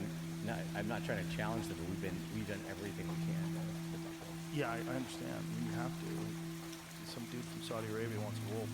Yeah, exactly. Somebody wants a dire wolf. We get a lot of. We already get a lot. We already get a lot of wolf. weird calls. But I bet you. The other thing though, someone with deep pockets. Oh, we get. Make me a dire wolf, my friend. I have everything. They have in everything. my collection. We get a lot of weird calls. Yeah. Yeah, from people that are like. Those people that have private zoos. Oh yeah. Yeah, enormous. Like in India. Yeah. Yeah. They have that family has like the largest private zoo and preserve. Which is so wild. It's so crazy. Yeah. Well, Texas is history with animals, right? Yeah. There's more tigers in captivity in private collections in Texas than in the wild. Than in the wild of the world. Yeah. Yeah, it's crazy. But I was in the so we of the 2,000 acres we have a subsection of it that's about 6.5 acres. We have an animal hospital, a swarm rescue shelter. We have a couple of natural dens that we've built for them, as well as an animal husbandry area. So that way, when we want to take photos of them or videos of them or do blood tests, they're in a seemingly more contained area. And it's funny. 2 weeks ago, I was up there and I was actually sitting on those logs in one of those pictures. And Remus came. Romulus, who I spent the most amount of time with, Remus came pretty close, and I was able to touch him again. But I thought at that moment, and he kind of skittished away. I was like, that's the last time I'm touching him. I was like, what am I doing? And I mean, don't get me wrong, I had our animal. Yeah, I have animal care teams there and everything. And they have been there's some level of habituation between the care team. They really know about the care team, but they're still wild animals, right? Michelangelo's God, which relates to an experience I had recently with my mum. I decided that when I heard that they were making another Gladiator, that I'm going to take my sons to Rome, so they get to experience what I've experienced since that movie came out with the people of Italy and the people in the city of Rome, in terms of the privileges that they give me and the experiences that they give me and the regard and what have you. And I thought, before there's another one and that water's muddy, I'm going to take my kids over so they can really experience it. So I was talking to my mum, and my father had just recently passed away, and I said, why don't you come with us?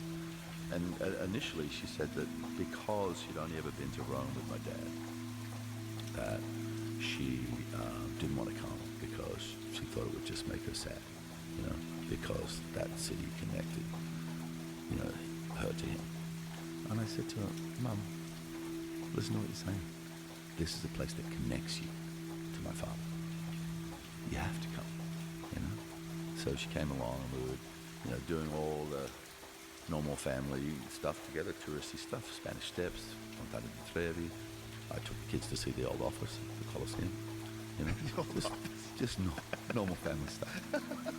And then I got this call from a guy at the Vatican, and this is all based on, that movie, right? Heard you're in town with your family. Would you like to come and walk through the Vatican Museum and the Sistine Chapel by yourselves without any tourists? Wow.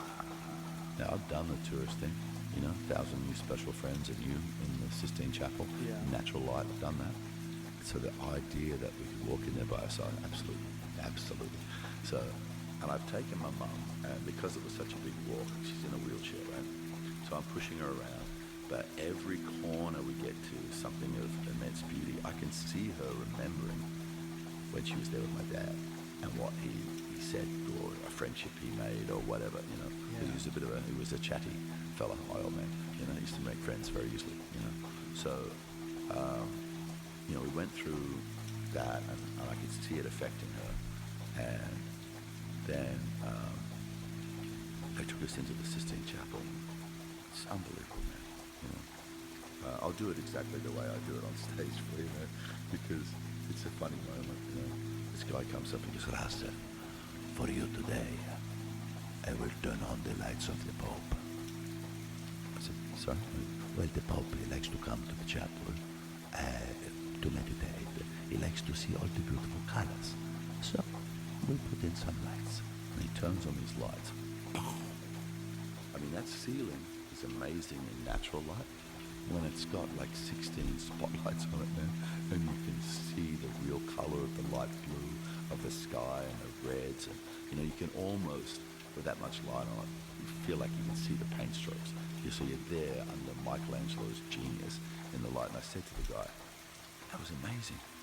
Why did you do that? And he goes, Rasso, please, Massimo, you are the 8th king of Rome. One of the things that a lot of people have talked about, and I had the LDS Church issued a statement sort of critiquing the show and critiquing me, which I appreciate, and I understand why members of the Mormon community would be offended by the portrayal of Brigham Young and the Mountain Meadows Massacre, which was the event that we use as kind of our inciting incident for the first episode, which was a real massacre that the Mormons committed on a group of pioneers who were heading out west, where a Mormon militia with some Paiute Indians attacked and murdered about 140 men, women, and children. And we present that in the film, and we present Brigham Young in the film.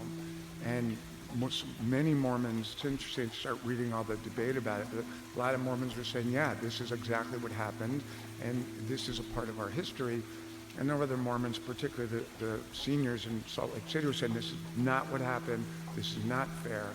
But what I find interesting about the Mormon church and about kind of how we present it, is I've had a lot of people come to me and go, dude, I never knew the Mormons were such savages. So gangster. They were gangster. Brigham Young was, in my opinion, a gangster, a survivor, a warrior.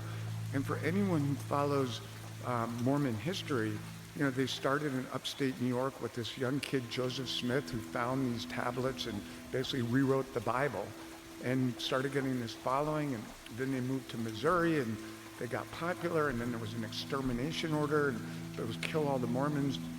So they fled to Illinois and tried to survive up there at this place called Nauvoo that was going to be their, you know, peaceful place to live. And Joseph Smith was murdered, and they were run out of Illinois, and Brigham Young led these dudes, men and women, on foot across the plains in the winter to Salt Lake Valley, which was this desolate wasteland. And he said, oh, we'll stay here. They'll never come for us here. And they started coming. And Brigham Young basically said, okay, we're not taking it anymore. He built his own army, the Nauvoo Legion, and he said, we're staying here. We won't mess with you, but if you come after us, we will fight. And that point, I think, is interesting. And I think Brigham Young, who survived longer than all of them, and if you go to Salt Lake City, he did a pretty good job, right? Like, that's a big city, man. And, it's a great city. And I don't know. I respect the Mormon religion. I respect Brigham Young, and I feel like we make him look like a gangster in American Primeval, and I don't know. He's a survivor, and I respect that. Well, this is the reality of historical figures. You're talking about a different time in the world, and it was a particularly barbaric time. And if you wanted to survive, this is what you had to do. And we're not talking about the United States in 2025. We're talking about the Wild West. And you're talking about a persecuted group of religious people. Like, if you want to survive, you want your children to survive, like, you gotta fight. You gotta take up arms. That's just how it is. I mean, the polygamy was a thing, and you know, we do touch upon that a bit in Primeval. I think Brigham Young had 40-odd wives. Nice. And that. How do you keep up with two? I don't know. I don't really understand how someone could have two wives. That's a whole nother conversation. I mean, so to think about Brigham Young having, 45 wives, okay, good luck, I guess. Right? But that was one of the issues, the polygamy that people that were non-Mormons back in 1850s were using to attack the religion, and that was something that was the polygamy has obviously been since outlawed, and the church has cut itself off from that policy. But what is the backlash, though? If they've admitted that this massacre took place, and it's part of the historical record, the book is for sale in this Mormon theater, what is the backlash? The biggest single issue, if you get into the weeds, and I think it's an interesting point of debate, is whether or not Brigham Young knew and authorized this massacre. And the way the massacre played out in real life was different how we did it in the film. In the film, we did it in one swell a move, like it just happens. And we filmed it in one shot, and it's pretty intense, visceral, very fast events, and then it's over. In reality, this wagon train was surrounded by the Mormon militia, the Nauvoo Legion, and some of these Native Americans. And it went on for about 4 or 5 days. And the Mormons dressed up as Native Americans. This is where it gets kind of, some Mormons aren't thrilled that we pointed out the fact that they were trying to put the blame on the Native Americans. So they literally, Mormons dressed up as Indians to confuse the pioneers, and in case there were survivors, to say, oh, it wasn't Mormons, it was the Native Americans that did this. So they don't love that. But what the Mormons claim, or some in the Mormon church claim, is that during the 3 or 4 days that the siege took place, before the actual massacre, and the details of the massacre are really tough, because the Mormons pretended they were accepting a surrender. So they went in with white flags, and they said, okay, the men walk this way, the women and children, we're going to walk you to safety because the Indians are going to kill you. The Mormons said, we're here to save you. So they started walking them out, and then on someone's signal, they just killed everyone. Really bad. But the issue of whether Brigham Young knew about it or didn't know about it, we imply that he knew about it. We never say that he authorized it, but we imply that he did know about it. And what many of the defenders of Brigham Young will say is that there was a letter written where Brigham Young said, do not harm these pioneers, don't kill them. But the letter was sent by horse while the event was already occurring. So I've had people say he knew that letter wasn't going to make it there in time. He was covering himself. Oh, hey, I wrote a letter. I knew it couldn't get there in time, but I wrote a letter, so there's plausible deniability.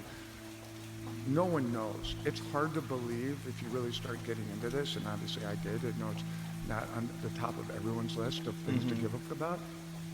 But it's really hard for me to believe that in 1857, a group of Brigham Young soldiers would act unilaterally on their own and commit a crime that's horrible without somebody approving it. It's hard for me to imagine. But so that's the single issue that tends to.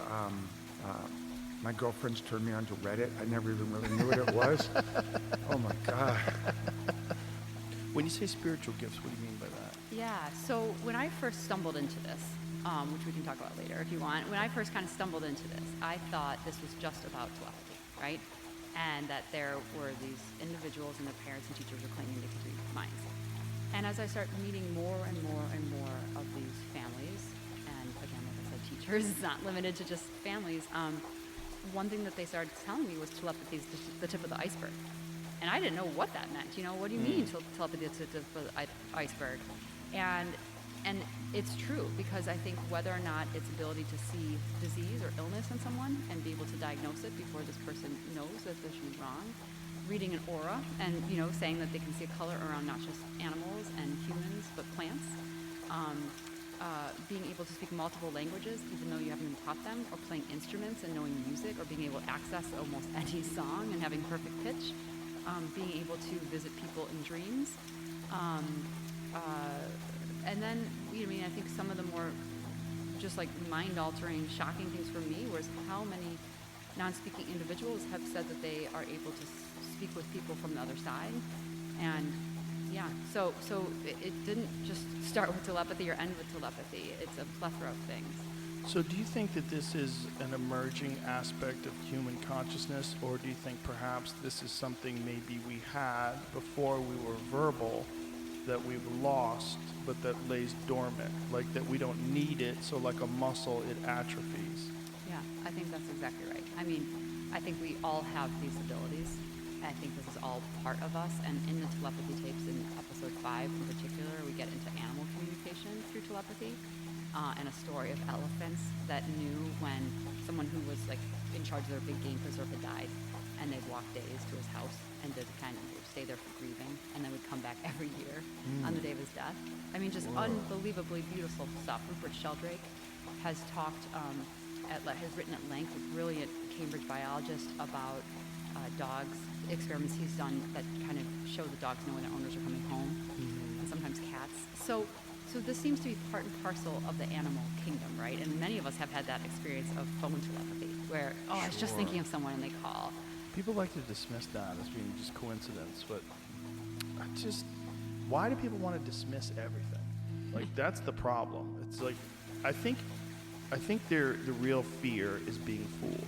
That's the fear, which is why the problem with any sort of telepathy or any sort of psychic ability, the problem is there's so many charlatans, and so many people get duped, and it's really common. I mean, it's so common. It's everywhere. You see these psychic palm reading signs everywhere you go, and because of that, it's in the realm forever of nonsense.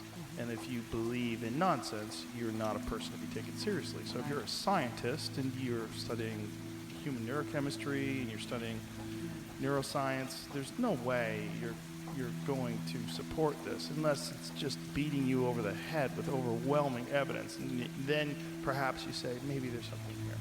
I think that's changing, actually. You know? And one of the things that we look at in the telepathy tapes in episode 6, which we call our science episode, is this idea of materialism, which I'm sure you've heard of.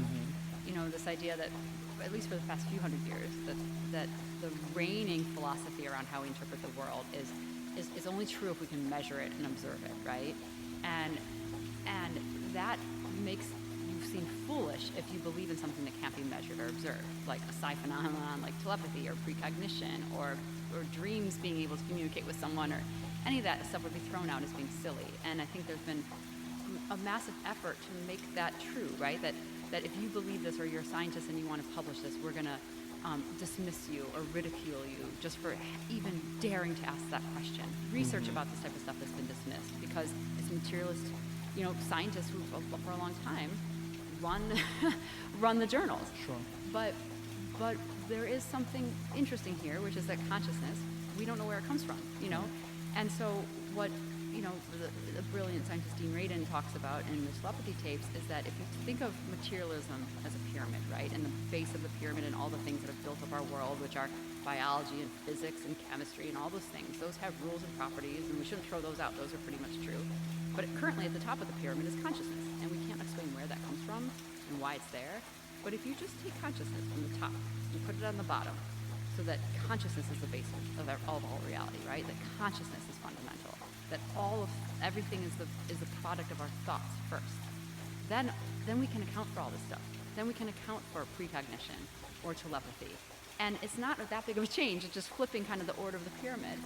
And I think that makes a lot of sense. And so there's been a lot of scientists who have looked into near-death experience research, who've looked into the research around telepathy, who've looked into the research around precognition, and said, we can't dismiss this. This is happening. There's a lot of anecdotal evidence here. There's a lot of things that add up. So we're going to start the Academy of Post-Materialist Sciences, where we will take this stuff seriously, and we will look at the research, and we will advance science. And I tend to believe that there needs to be quite a few funerals, but I think in like 50 to 100 years,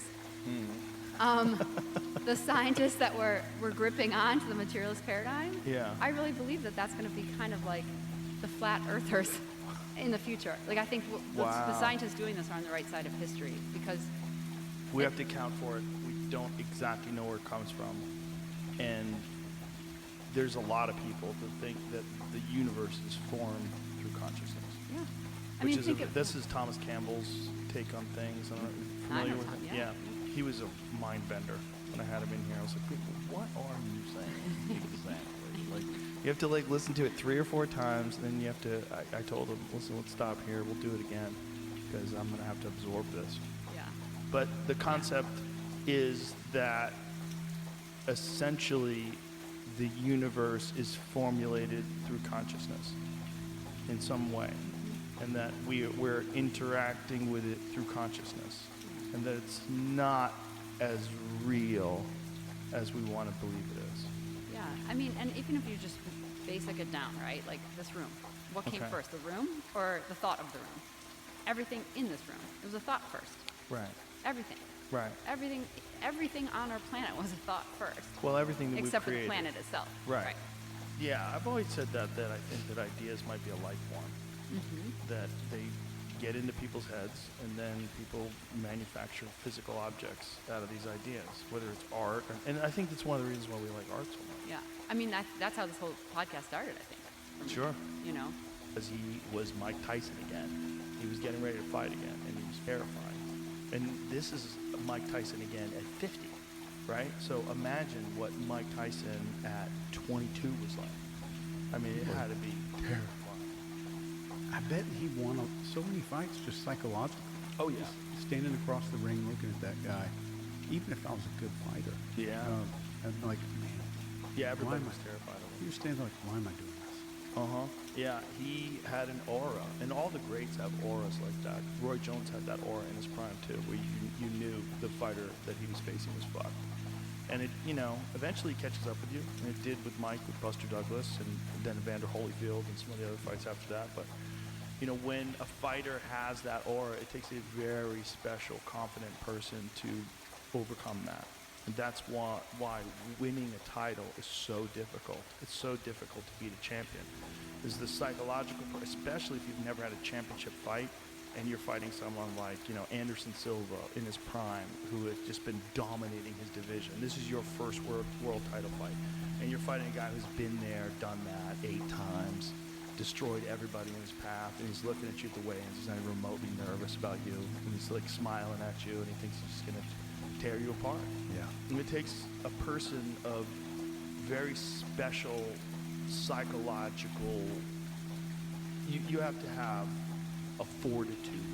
Your mind has to be so fucking strong to be able to handle that moment, because it's not just a physical fight of skills, it's also the moment. Yeah. And the moment is overwhelming. It's so different than everything else. You know, you want to talk about novelty. The novelty of a world title fight. I mean, just imagine someone backstage at the UFC. There's 4 fights before you get on, and you're watching people get knocked out and head kicked. You're in the green room, and you're in the locker rooms rather, and you're warming up, you're practicing, you're hitting mitts, and you're thinking, what the fuck am I getting myself into? Like, what am I doing? And then you see Anderson Silva warming up, and you're like, oh, Jesus Christ, what am I doing? Like, you have to have a very special mind to be able to overcome that. And I think it's one of the reasons why a lot of fighters today are seeking out mental coaches. It's very common. And I first found about it through my friend Vinny Shorman, who has worked with a lot of MMA fighters and a lot of world championship kickboxers as well, and helped a lot of people with that. There's quite a few different fighters now that utilize mental coaches and some sort of visualization coaching, and where they have very specific goals in terms of how they want to walk out, what they want. They want to see the whole thing. There's guys like John Jones would famously like walk out before the fight, and he would move around the octagon. He would like soak it all up in. Empty stadium. Yeah, when no one was there. Before everything. And we would get footage of it sometimes of him just moving around. You know, he'd move around with his coaches. He just wanted to feel the floor under his feet. He wanted to see the cage. He wanted to get himself in that mindset. And, you know, John is, if not the greatest, one of the absolute greatest of all time. And, you know, he was meticulous and still is meticulous about his preparation. Did they have magic powers? I know.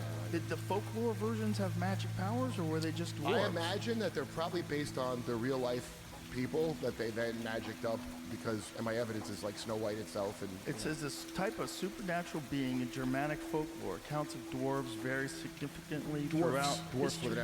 Dwarfs vary significantly throughout history. They are commonly, but not exclusively, presented as living in the mountains or stones and being skilled craftsmen. Mm-hmm. Huh. And only males. So dwarfs with an F is the fantasy one. Okay. And they're so all men. Dwarfs are all a bunch of gay guys. Yeah. Little tiny gay guys hanging out. Well, they waiting for that originally lady were. to show up. It was like 7 non-binaries or something. But here's the question: for the new movie, what did they do? Did they? Because what I had heard was that they CGI'd things in there. Yeah, look at them. How bad it looks. Can I see what it looks like? Is there a video? A lot of people make videos about why the CGI seems worse than when it first came out, and that's because these studios are working people. Disney's notorious. Disney's one of the worst video, companies ever Jamie, so I can existed. see what it looks like. Let's see what it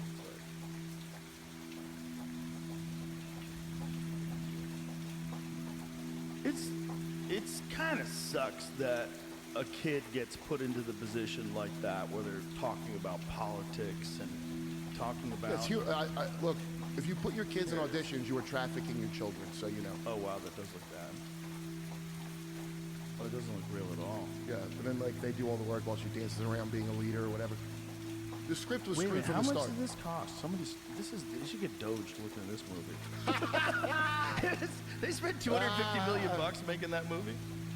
But imagine you spend $250 million and you get some young girl and you don't kind of talk to her about like, hey, you know, don't get political. You're young, and I know you have opinions about things, but should be just about the movie. Well, it's just to defend Big Head Girl, let me tell you something. The message of the movie is to be that bitch. That's the message that they wrote a script that's telling girls, I don't need nobody tells me. I'm a 20-year-old girl, so obviously I should run my mouth all the time. That's the theme of the new Snow White. No, really? Yes. Now it's not the same story. No. So now they put it all on her. Now they've failed. Here's what happened. She made the cardinal error of saying Free Palestine on Twitter. So she could say all that men are bad and it's this and that, but once you do that, now they've put the entire weight of the failure upon her. When really, it's like making Jimmy Fallon apologize for doing a Chris Rock impression. when Lauren and a team of lawyers and consultants decided if it was okay, the amount of brown they put on him to simulate Chris Rock. Right. You think Jimmy Fallon made that call? But he's got to sit there and apologize to a white... Robin DiAngelo comes on. I'm not watching this. Am I dreaming? And he's like, he's clearly drunk, and I don't blame him. And he's like, thanks so much for coming on. I really appreciate it. Just, you see Jimmy, this weird nun lady is like giving him a lecture. Would you ever? Yeah. Hell no, right? No, not now. I'm 57. There's no way I'm fighting anybody now. Dude, you're in shape. I did agree to fight Wesley Snipes like 20 years ago. Yeah, there was What happened? Well, you remember what happened with him with taxes? Yeah, of course. You went to jail, right? Yeah. So I think they were trying to figure out a way to make money to try to pay the government off. And the UFC, they contacted, well, this guy, Campbell McLaren, who was one of the original producers of the first UFC before Zuffa bought it. He knew me because I worked for him at the time. I was the post-fight interviewer in 1997 and 1998. And that was when I first started working for the UFC. I and remember. Then I started again as a commentator in 2001. So in 97, when I knew him, he knew that I did martial arts. He knew I was obsessed with this. And then, so he contacts me, like, I guess it was like 2004 or 5 or something like that, somewhere around then. And he says, this is going to sound crazy, but Wesley Snipes wants to have a UFC fight. And he wanted to fight Jean-Claude Van Damme, and we didn't think that that would be compelling, and so we offered some other names, and we said, what about Joe Rogan? And he said yes. And I said, well, what do you mean, like, when are we talking about? Like, how, because I've been training. I was brown belt in jiu-jitsu, and I'd been training kickboxing still. I was regularly training, and so I would have had to really ramp everything Well, and up. he was kind of a martial arts guy, Yeah, right? he's a Like- martial artist, but I don't think he's ever had a fight. And I don't think he has any ground game.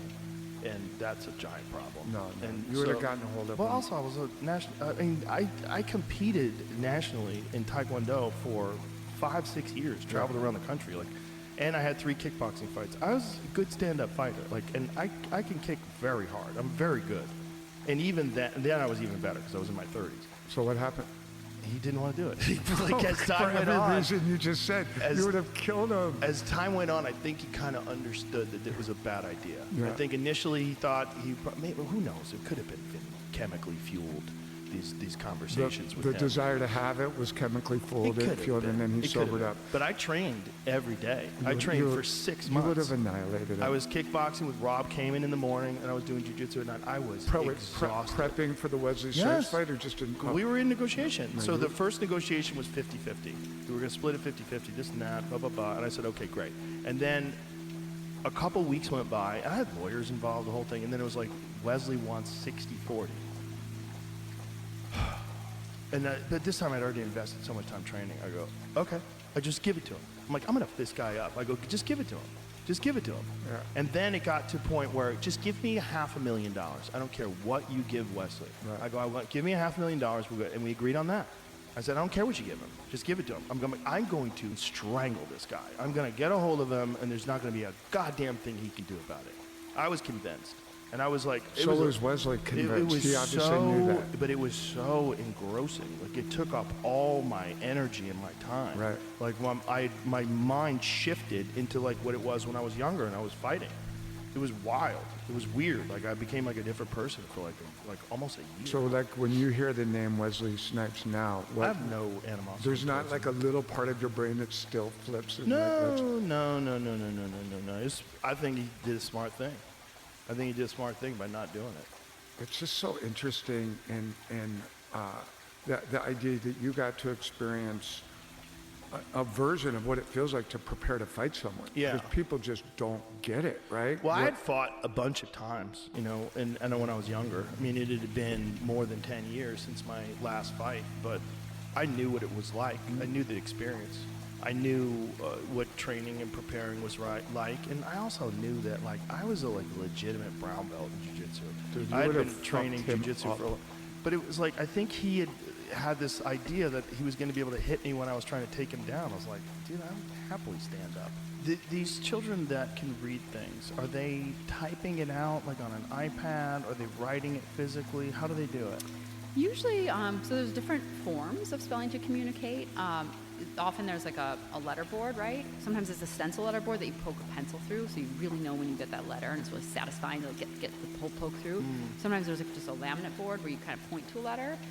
Some individuals are typing into a spelling kind of app on an iPad, or there's different spelling like Can they type? AAC devices, yeah. And then there's some individuals who end up going to like the QWERTY key, the typical keyboard that we all type with on a keyboard. So there's varying levels of ability in terms of using your body. yeah, using your body. And the thing I think why spelling has been so, there's such a stigma around spelling, and I feel so bad for individuals using spelling because they're in there and they are communicating, but people have said, oh, but you need these supports, so these can't be your words, right? Like for a spelling partner, let's say, you have to kind of learn to be a communication partner. You have to learn to really understand like the mind-body disconnect and what's going on with the non-speaker in front of you. And sometimes their hand gets lost in space, so it's good to like pull the board away and like put it back in again. Or sometimes you have to cue them, like go for it. Okay, get that letter, because that will help with their motor planning, right? Right. So those supports are critical, but people will look at those supports and say, oh, well, that must mean they're not typing independently. But to me, that's as wild as saying, oh, you need reading glasses, you can't read. No, that's a support to help you read. You can Right. still read if you've reading classes, and that's how I think of the communication There's partner. still no influence on the words or letters being chosen. No. No. No, and I think one of the things, but the stigma I think that really started for spelling was facilitated communication. Actually, this is like the first thing you asked after we're coming full circle.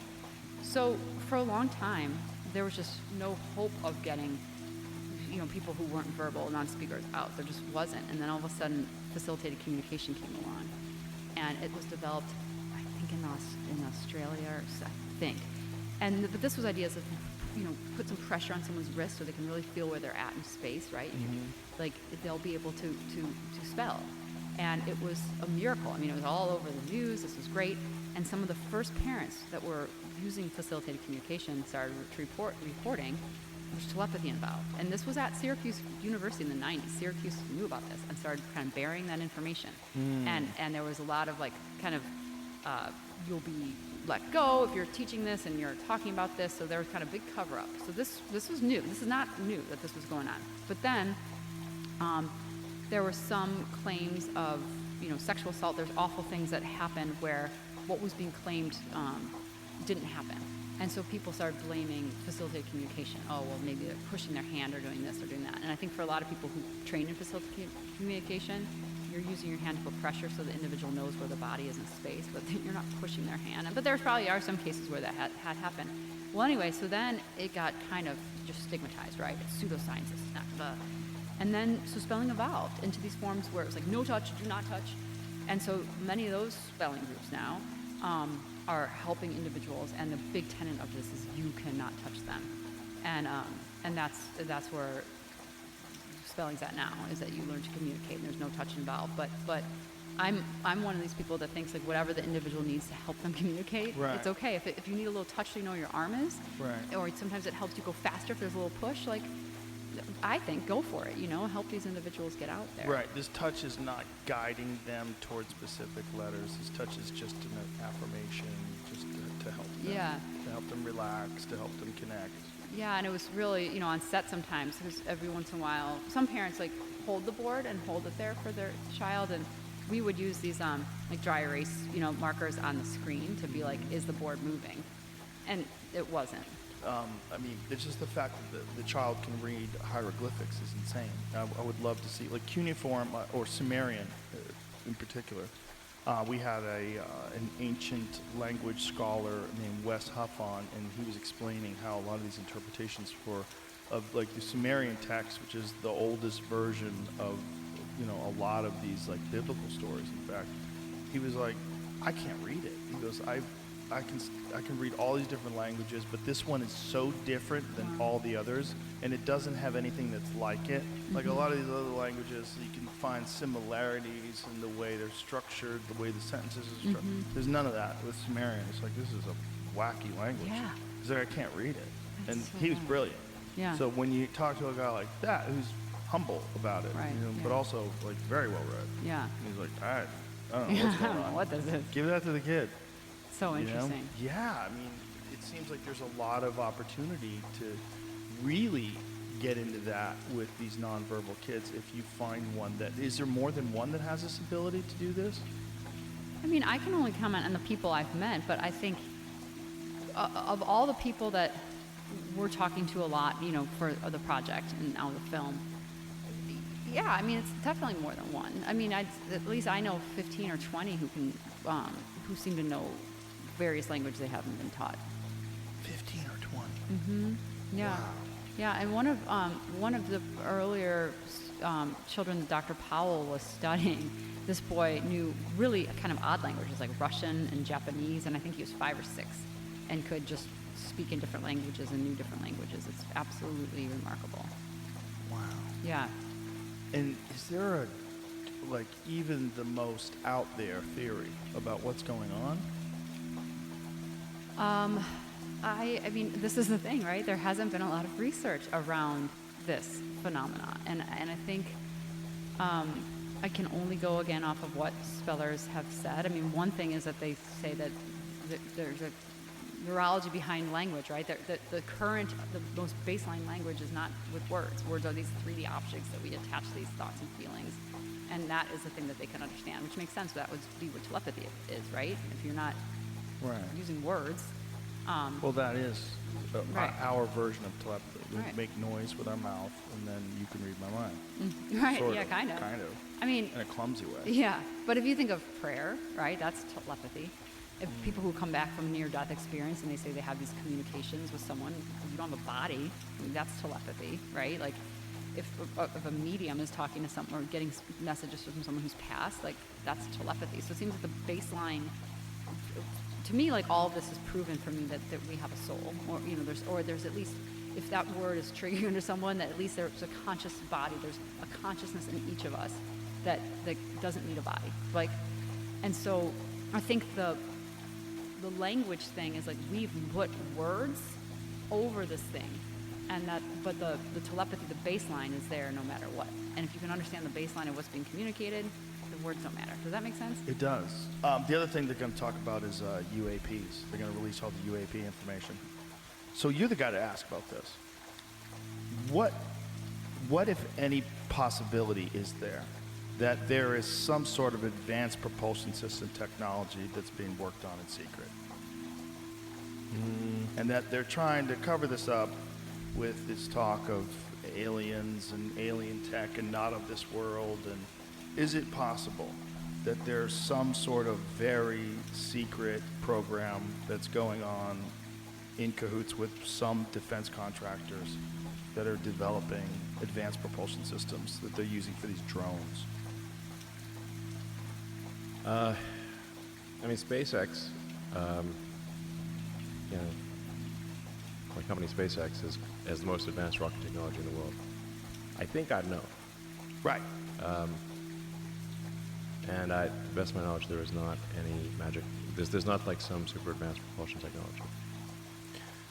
There have been people who have theorized different gravity drives and different things. Is there anything that's ever gotten past the theoretical stage? No. Nothing. Well, there's nothing even that I'm aware of that works in theory. It's not like I would like this to exist, to be clear. I would like this to exist. And I have from a security clearance standpoint, I have top secret. I have the equivalent of like an all-access pass from a security clearance standpoint. So I don't think they're hiding it from me, basically. I don't think they could. Unless it's completely in these weapons manufacturing corporations. I mean, I know these weapons manufacturing companies, like Boeing, Lockheed, Northrop. I mean, yeah, they do some interesting things, but they do not have. There's no breakthrough that they have.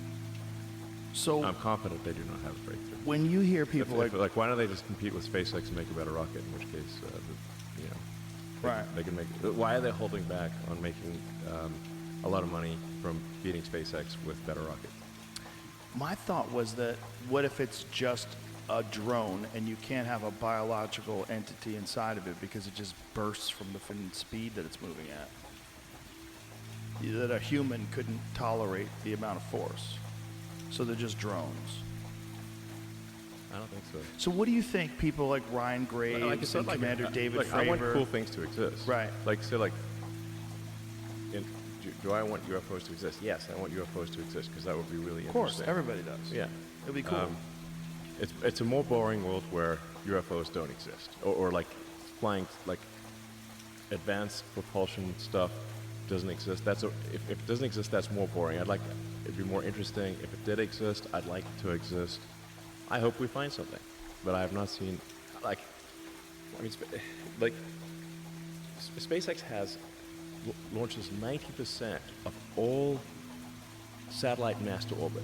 So if you take all of Earth's rocket launches, my company has a 90% market share of Earth. China does about 5%, and the rest of the world does, including the Boeing, Lockheed, Northrop, and everyone, does 5%. So why wouldn't they use this to defeat SpaceX?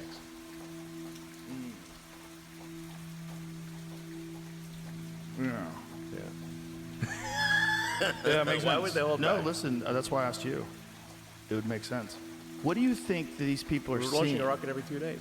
But what do you think these people are seeing? When you have reliable people like Commander David Fravor, who had that infamous Tic Tac experience, off the coast of San Diego, where they got this thing on video, they tracked it going 50,000 feet above sea level to 50 feet in like a second. Okay. Yeah. And then they also have video evidence of this thing accelerating at a great speed, eyewitness accounts of 2 different Okay. jets. Sure. Does anyone have a high-res video or photo of this thing? Well, there's a video of this thing where they're locked onto it, and then it takes off. It shoots off. Is it out of the high-res? frame. No, Okay. it's like whatever the systems they used on fighter jets in 2004. Essentially, like Windows 95. I mean, there's like somebody did a curve of like the resolution of UFOs and the Mhm. resolution of cameras. UFO resolution has stayed flat, Right. despite megapixels in cameras going like super high. Well, according to Christopher Mellon, Why are they still blurry? Christopher Mellon, who worked in the State Department, said that they have high-resolution photos and videos of these things, and that's all Okay. that he's seen it. It's all locked away. Whenever people say that to me, I'm like, don't even tell me that then. Don't, unless you have. Just leak it for God's sake. Put it out there. Yeah. Like, let it slip. Yes. Yeah. I mean, there's a couple photos. They're grainy. There's not one thing that I've ever looked at and go, "Oh, that's it." Look, That's what I've been you looking You for. could ask our Grok AI right now to create a high-res image of, Yeah. an alien spacecraft, over Austin. Yeah. And it's going to do a great job. Yeah. So why would we not have at least that? Right. Yeah, but I want to believe. That's the problem. My brain starts going, "Oh, come on, this is no fun." I want it to be real. I want there to be at least be some advanced propulsion system. If not, like, what are all these people seeing? Like, what is happening if we're not being occasionally visited by things that are smart enough to hide? We might be. It's just that these aliens are very subtle. Yeah, you keep saying that. It's a good line. I mean, it's a solid line because it's pretty accurate. I just want to see some high-res video of aliens. Look, how are they just evading all the cameras? If you think about that, and the ones that you do get them on, it's just like some faraway light that's moving weird, and it could be a lot of things. But I want to believe. Yeah, I mean, there've been like multiple times where, the Air Force and Navy has called SpaceX and said they think they've seen aliens, and we're like, was it at this time, on this date, in this location? They're like, yes. How do you know? That's us. Well, there's been a lot of That's that. our satellites. Those are our satellites. Well, And they're I like, no, they're not. I'm like, yeah, they're definitely our Oh satellites. yeah, people see the SpaceX satellites all the time whizzing by. Yeah, they're our satellites, and they are moving at 16,000 miles an hour. So Yeah. pretty fast. And there's also stuff that the United States government does have that gets mistaken for UFOs. I remember the first time I saw a stealth bomber. We were filming Fear Factor. It was like right after 2003, like right after the war had broken off. And they were flying a stealth bomber down in Palmdale. I was like, oh, if I didn't know what that was, I would 100% think that's Yeah, from yeah. another world. When you see Stealth that thing bombers look flying, cool. cool. Yeah. Really cool. I mean, it doesn't look like a human's. It looks Yeah. like something from Battlestar Galactica. You know? It does look awesome. It's been I want to very- eat a mammoth. That's so crazy. We get we get that. We get so many weird questions. We get the dinosaur question. Probably the number one question we get is the dinosaur question. Do you think if Jurassic Park, if Spielberg did it today, they'd have feathers? We know that some dinosaurs had feathers. We know some had hair, like kind of precursor to feathers, and we know some that were just scaly. We have preserved them.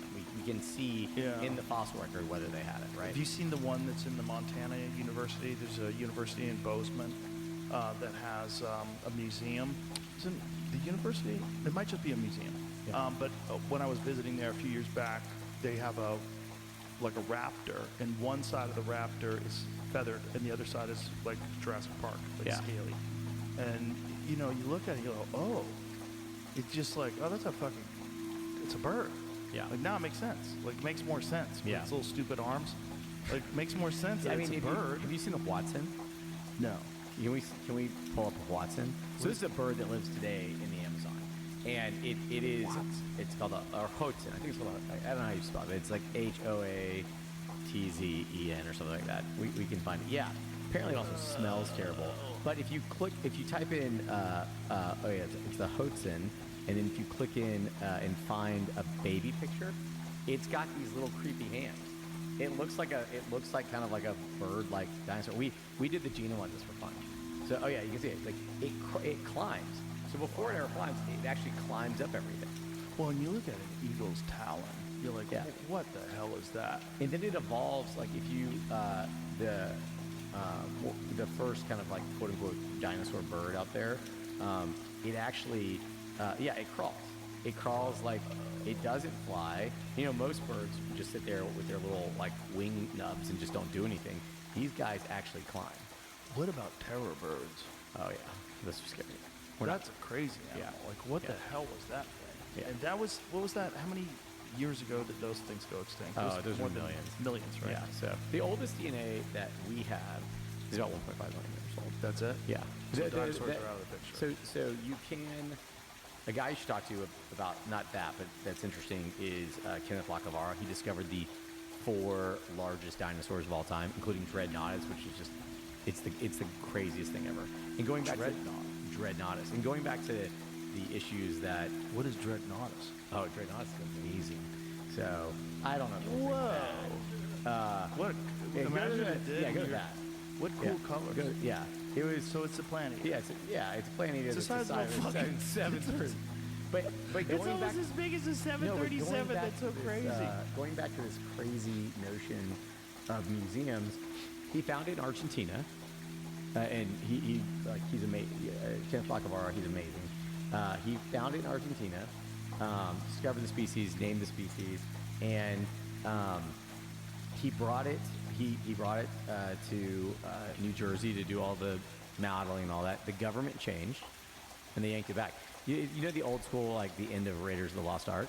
That's where it is. It's basically in a warehouse. So it's not on display for people in a museum. It's literally, this goes back to some of these governments and these museums. It's literally like it's in a bunch of crates in Western Argentina. Really? Yeah. And it's like the coolest thing ever. So that's Lacavara's lab. And so, but it's truly, truly amazing. So with these, like that's one of the things about dinosaurs in museums, right? Like a lot of them, they've created artificial bones to fill in the blanks. Fill in a lot of blanks. Sometimes they'll get like a jawbone and they're like, and here's the reconstruction. Right. It's weird because you go to see it, you think you're going to see a dinosaur bone. When it's only a percentage complete. Yeah, and sometimes they're real clever, and sometimes they're not. Like sometimes it'll be different colors for the real bone. Yeah. Versus, and you're like, how much of this do you have? And they're like 4%. Yeah. How did you guess what it looked like? Like who? To who? You have to have done it to someone, but there's no effort at all to uncover that. Yeah. But I'm saying now this year, it's kind of crazy how this year started off with what's his name, Cat Williams. on Shannon Sharp.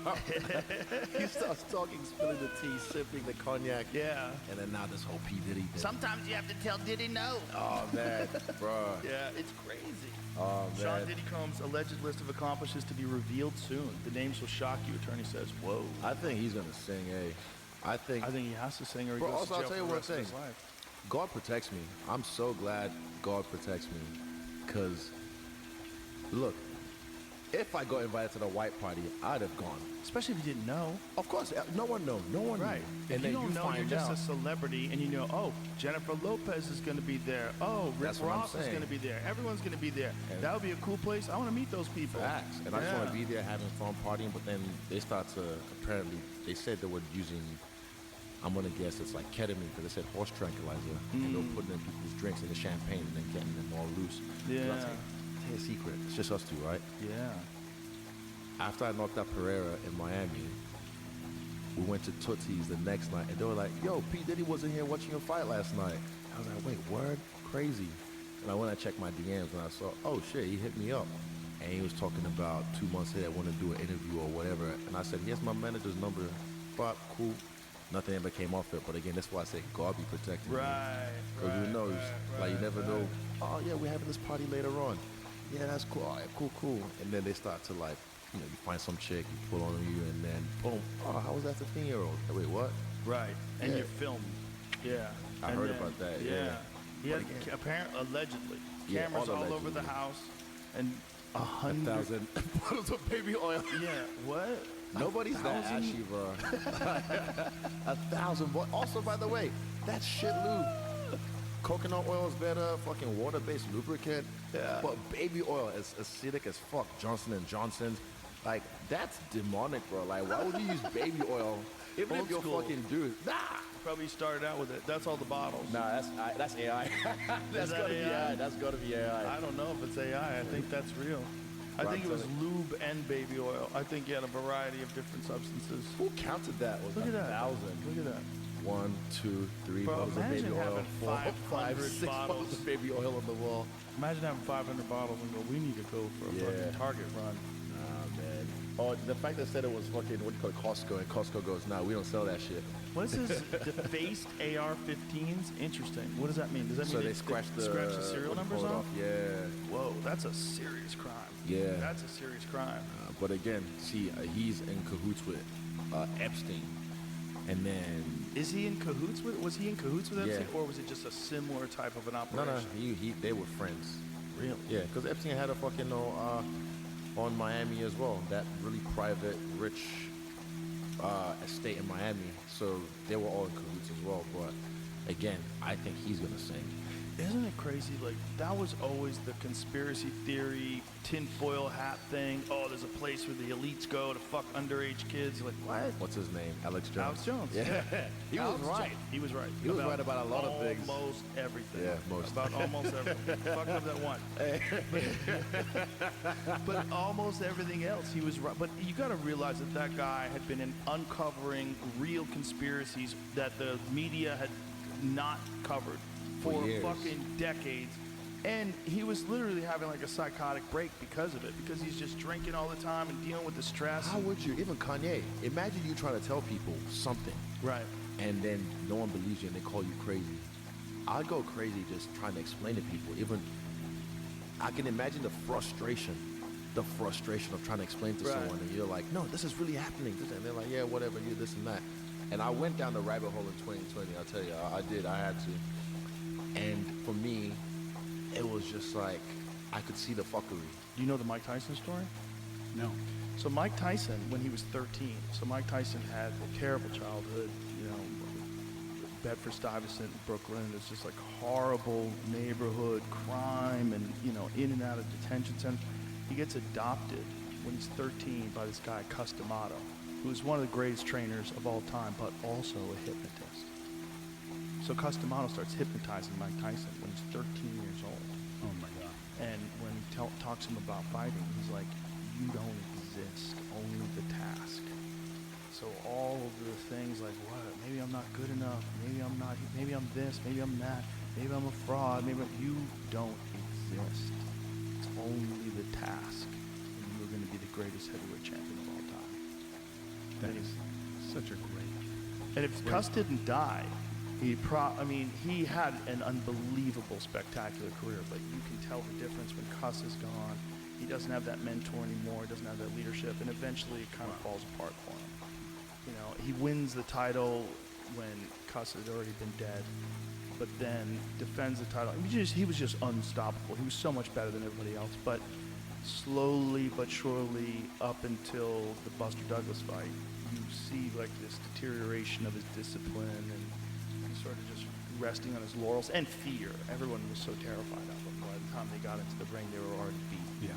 You'd see the look in their eye when he was staring at you. They were Yeah. like, and so, if Cuss was still alive, like who knows what he would have accomplished? Who knows? Probably would have never lost.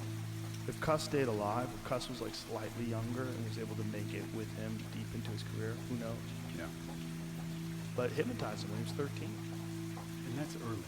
I mean, you're still getting your formative identity and beliefs about the world. Also, you all of a sudden have love in your life. All of a sudden you have respect. All of a sudden you have people who appreciate you for what you do. And so you really like dig into this thing. Yeah. So Jim Jacobs was his manager, and Jim Jacobs is also an archivist. He has the greatest archive of boxing films in the world, especially at the time. So he's got all the old fighters, Stanley Ketchel and Jack Johnson and Jack Dempsey. And so Mike Tyson, when he's not training, is watching the greatest boxers of all time on film, which nobody has access to. Most boxers, you are as good as the gym you train in. You know, if you're training in a gym with Tommy Hearns, like, damn, he is so good, and you learn by being around him, and you see what he does, and you try to emulate it. But the level of the best guys in the gym, it's always very top down. The best gyms always have some assassins at the very top, world champions, top of the food chain guys, and everybody else sort of like follows their beat, and you absorb. Well, Mike Tyson was absorbing from everybody. He was absorbing from Joe Louis and Sugar Ray Robinson. He was watching everybody. Archie Moore. He was watching all the greats. Just hours and hours and hours and hours of studying films. So it was proximity. So it was everything. He got proximity and like exposure to all that, and nobody else. And genetics. When he was 13 years old, he was 190 pounds. Yeah. Teddy Atlas used to take him to what they call smokers. Smokers are like these amateur sort of unregulated fights. And they would say, how old is he? And you'd say 13. Like, bullshit. And you'd like, how old do you think he is? He's like 16. So they put him in with 16-year-olds, and he knocked them out. Oh, my God. Yeah, he was knocking everybody out. He was just a genetic freak on top of being very intelligent, but never really applied to anything other than boxing. Fully absorbed with boxing. Has a trainer who's one of the greatest trainers of all time. Trained Floyd Patterson, Jose Torres. I mean, Cus D'Amato was a legendary world champion trainer. And then on top of that, he's a hypnotist. So he's like deeply involved in the psyche of his fighters. And he's a mentor figure to this kid. And so you have that combination of things, and you have that guy, the greatest. Mike Tyson at 79 at the age of 13. That's him at 13. Oh my gosh. Oh, look at the size of his biceps. Bro, look at his biceps. Look at his right bicep at 13. That is that difference. Insane. I know. Muhammad Ali above that is 12 years old, and Tyson's 13 and built like a tank. That is so crazy. It's a monster. Oh, everything was perfect. It was the perfect storm. Intelligence, genetics, training, proximity, and he was around great fighters as well. He was in gyms in the Catskills with some of the best fighters of his era. Does he credit like psychedelics for his this transformation that he's made? He does talk about it. Yeah, he does talk about it. I'm sure it had an impact on him. That and marijuana, both those things had an impact on him. I mean, he's got to be just fighting for that long. The brain's going through so much, and you've got to come back to earth. It's like a dude coming off a 5-year deployment or something over in the Middle East. Like, you've got to reestablish yourself back to a normal. Yes. And I've heard him just talk about it once, where he talked about, I think it was just psilocybin. But that saved me from a lot of really crazy stuff as well. But I think he is just a guy who knows. I would be terrified. Like, if I was a cop, pulled him over, and he said, go ahead and get back in the car. I'd be like, Okay. Yeah. When I first met him, well, I met him before this, but when he first did the podcast, he was not working out at all, and he was smoking weed all day long, and he was like silly and peaceful and relaxed, and he said he didn't want to work out because if he did, he would reignite his ego, and he didn't want to do that. And then the second time I saw him was when he was preparing for the Roy Jones fight, and he had lost like 100 pounds. He was shredded, and like all his muscles were just big and thick and puffed up, and he looked terrifying. It was like, and Jamie and I were like, that's a totally different person. Like from the first episode he did to the second episode, completely different person, because he was Mike Tyson again. He was getting ready to fight again, and he was terrifying. And this is Mike Tyson again at 50. Right? So imagine what Mike Tyson at 22 was like. I mean, it had to be terrifying. I bet he won so many fights just psychologically. Oh, yeah. Just standing across the ring looking at that guy, even if I was a good fighter. Yeah. I'm like, yeah, everybody was terrified of him. You were standing like, why am I doing this? Uh-huh. Yeah, he had an aura, and all the greats have auras like that. Roy Jones had that aura in his prime, too, where you knew the fighter that he was facing was. And it, eventually catches up with you, and it did with Mike, with Buster Douglas, and then Evander Holyfield, and some of the other fights after that. But, when a fighter has that aura, it takes a very special, confident person to overcome that. And that's why winning a title is so difficult. It's so difficult to be the champion. Is the psychological, especially if you've never had a championship fight, and you're fighting someone like, Anderson Silva in his prime, who had just been dominating his division. This is your first world title fight. And you're fighting a guy who's been there, done that. Well, I mean, the government's one big permit scheme, if you ask me. Yeah, well, you can tell me better than anybody. Social Security is the biggest Ponzi scheme of all time. Right, explain that. Oh, so, well, people pay into Social Security, and the money goes out of Social Security immediately. But the obligation for Social Security is your entire retirement career. So you're paying with you're paying like if you look at the future obligations of Social Security, it far exceeds the tax revenue. Far. Have you ever looked at the debt clock? Yes. Okay. There's our present day debt, but then there's our future obligations.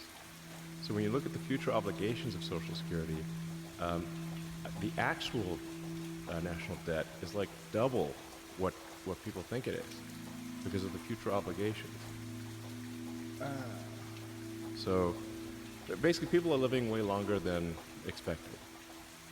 And there are fewer babies being born. So you have more people who are retired and that live for a long time and get retirement payments. So the future obligations. So however bad the financial situation is right now for the federal government, it will be much worse in the future. At the risk of being a buzzkill here. Did you see? So we better fix what we've got right now, because if it's bad now, it's going to be much worse in the future. I mean, it's really just like computers that are like it's bad software and computers. This is sounds kind of strange, but it's like the reason I call myself like tech support is that like a lot of it's mostly not corruption. It's mostly just waste and I don't know. Incompetence. I don't know. It's but just, even if it's just a big dumb machine, right. Basically, like a whole series of big dumb machines, and you've got some of these computers are like 20, 30 years, like they're ancient computers. Right. Like some of the software was written 40, 50 years ago. It's like COBOL for Social Security, right? Yeah, the government accountability. By the way, a bunch of the things that Doge is fixing were identified by the Government Accountability Office many years ago. Like the fact that there's like 20 million people who are marked as alive in the Social Security database. It's more than I think the GAO first identified that in 2018, so 5 years ago. But there was like, I think maybe 16 or 17 million. Now there's 20 million. And like I said, there's really something fishy about this because I think the nature of the fraud is they're using the fact that someone's marked as alive in that database in order to extract fraud from other databases. Right. That's the bank shark trick. it's like Yeah. it's like trying to get the ball in the hole. Bank shot it off a bunch of things, and then Yeah. that's the bank shot sort of scam.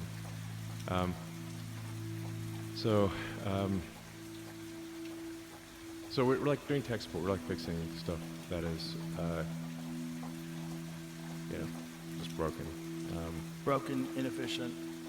Yeah. This was like 3 years ago. I'd retired from the military and then started having the seizures. So then I found a neurologist. The drug that they gave me, the number one side effect was seizures from this pharmaceutical company. So I kind of looked around and I found this guy as a functional medicine guy, and he got me on methylene blue to start off. And I know Mel Gibson was on here talking about it. Mm-hmm. And that instantly stopped everything. And some other That stuff. stuff was a fabric dye, right? Yeah, in 1890. How weird. And who the drank it first? Who's that guy? Make blue jeans out of that? Huh. Yeah, What would it taste like? Yeah. What if I drink it every day if it affects my health? It tastes like chewing an aspirin. I'd take it. Okay. Yeah. I take it every day as well. And RFK Jr. told me about it. yeah, man, it's fantastic. And so this guy's injecting, in 1890, injects these rats with it and then does an autopsy on these things. And their brain, the brainstem, every single nerve is blue. So he discovered this methylene blue has an affinity for neuronal tissue. So he says, well, it's sucking into neurons. What's it doing? So we could talk about it if you want to, but sure, how it's working and working in the body. So we started putting it in humans, and we found out it's an MAOI, which is just monoamine oxide inhibitor. Yeah, which helps with depression and anxiety and all kinds of life stress and stuff. Does it cause side effects if you're taking any drug that you shouldn't take with an MAOI? There are some studies that have been recalled that said you can't take it with SSRIs because you could develop serotonin syndrome. Right. But they did recall the study as far as I'm aware. And it is so incredible that it acts as an electron donor to mitochondria, especially your neuronal mitochondria. So it helps you produce more ATP, and it helps you get rid of this stuff called reactive oxygen species. So you have an oxygen molecule that should have two hydrogens on it. And like your body's job is to convert stuff into water so you can pee it out. So if you get an oxygen molecule, it's got 4, 5, 1, it's a reactive oxygen, which we call free radicals. So methylene blue goes in there and balances a lot of those things out in your brain and your nervous system. So it is a miracle, and it's been proven for 100 years. It's one of the most well-proven drugs out there. What's the side effects of it? Are there any? Not a bunch. I would imagine if you're taking an MAOI, there's a lot going on there. Yeah. Like if you mix it with anything that has tyramine in it, like aged cheeses, red wine, you're not supposed to mix it. If you're on a high dose though, but you're probably taking 1 milligram per kilogram. And you weigh probably 75 kilograms. What's that weight? No, you're probably 189, 190. Close. Okay. Yeah, pretty close. So you're about heavier than that. Okay. And so you take maybe 40 milligrams a day to 80 milligrams a day. And you put it in water, is that what you do? No, I have these little tropes. It's like the consistency of a starburst. Oh, okay. And you just cut them up and they're 40 milligrams each. You obviously got to swallow them really quick or your teeth are going to be blue for an entire day. Yeah, it's a pretty potent dye. I see it in my pee. Yeah. Well, I had to change the toilets in my house to black toilets because my kids take it, my wife takes it. Jesus, everybody takes it. But like if you go to a party and you forget to flush, everybody just thinks that It's one of those supplements that I take. I'm like, are you sure? Like every time I take it, I'm like, are you sure? Like I drink it in water. I take a little eyedropper and I squirt it in water and I drink it. No, Gary Brecka told me about it. I should correct that. He told me to take it with red light therapy. That's what it was about. Did he tell you why it all works? He probably did, but I probably forgot. Well, it's why blue. does it work for red light therapy? So anything that's blue means that it absorbs red and reflects blue light. So if you're in a red light therapy machine, all your neurons are soaking up way more red light than they otherwise would without methylene. Oh. So it's fantastic. It's like 600x the effectiveness of red light therapy. Really? I'm making that up, but it is a Sounds good. significant. Yeah, it's a significant increase. How weird is it to be essentially a brain expert and get a brain disease? It was horrifying because I know where this is going to go. Your hippocampus, your memory center of your brain, is eating itself. And during a seizure, you can lose up to about 1 million neurons a second. And like, the seizures were like 1.5 minutes long. They're not like shaking on the floor. A temporal lobe seizure, you're just kind of like, you're just out. Like you're You just unconscious. seize up like Mitch McConnell. Yeah, like you turn into a little zombie, your head falls down. And, at the end of the day, I tried so many different things to fix it and stop the seizures. I was at a point of 9 seizures a day. Jesus. And I was desperate. And you think this is because of the medication that they gave you that caused the seizures, or is this just a? I never took it. Okay. So you had seizures, but the medication. Why would they give you something that has a side effect of seizures? I don't know. If you're getting seizures. And I don't know why they're. I mean, you hear so much about these medical schools getting paid off by companies and stuff that don't really have our best interests at heart. And I think that methylene blue, you shouldn't have to tell a doctor about methylene blue. I think everybody should know that. And you can get it on Amazon. I get mine from this company called Mitozin, and it's fantastic. And it's changed my life. I would have been gone by now. What's the root cause of this disease? Do they know? Do they know what's going on? So there's 2 factors. You have a genetic predisposition. So you have this thing in your genes called the APOE4 allele. Okay, that's the same thing that causes you to get CTE. And yeah, Alzheimer's. Yeah. And if you have that, I plus shouldn't say causes you, but yeah, it's one of those ones where if you get hit in the head a lot, it's not a good thing to have. Right. And then I did 20 years in the military, so being around explosions and all kinds of gunfire and all that kind of stuff, they said it's probably caused some kind of concussive syndrome. Yeah, that's a real issue, right? People think of concussions only as like you getting hit, but it's not. It's any kind of jolting to your body. My friend Mark Gordon works with a lot of soldiers and people with traumatic brain injuries, and he says you can get it from jet skiing, which is really crazy. Wow, just the bounce? Mm-hmm. Hard bouncing, jostling. If you like people who really love jet skiing and do it all the time, they start getting a little bit of CTE. That makes sense. Our brain is floating. It's neutrally buoyant inside of liquid, so that makes sense. It's smashing around inside your skull. I think like a tour of Fort Knox would be awesome. Like a live tour of Fort Knox, we can actually see. It's like, is the gold there or not? They say it is. Like, is it real, or did somebody spray paint some lead? You know? Imagine if it's not. Imagine if it's not all there. Like some of it's missing. Where'd it go? What if a lot of it's missing? What if like half of it's missing? I mean, how do we even know? We don't know. They said the last time they let someone look at it was decades ago. Yeah, but I believe the last formal audit was in the 50s. So I'm like, okay. Oh my God! Just think about all Maybe the we other should check things it you've already- again. Maybe. Yeah.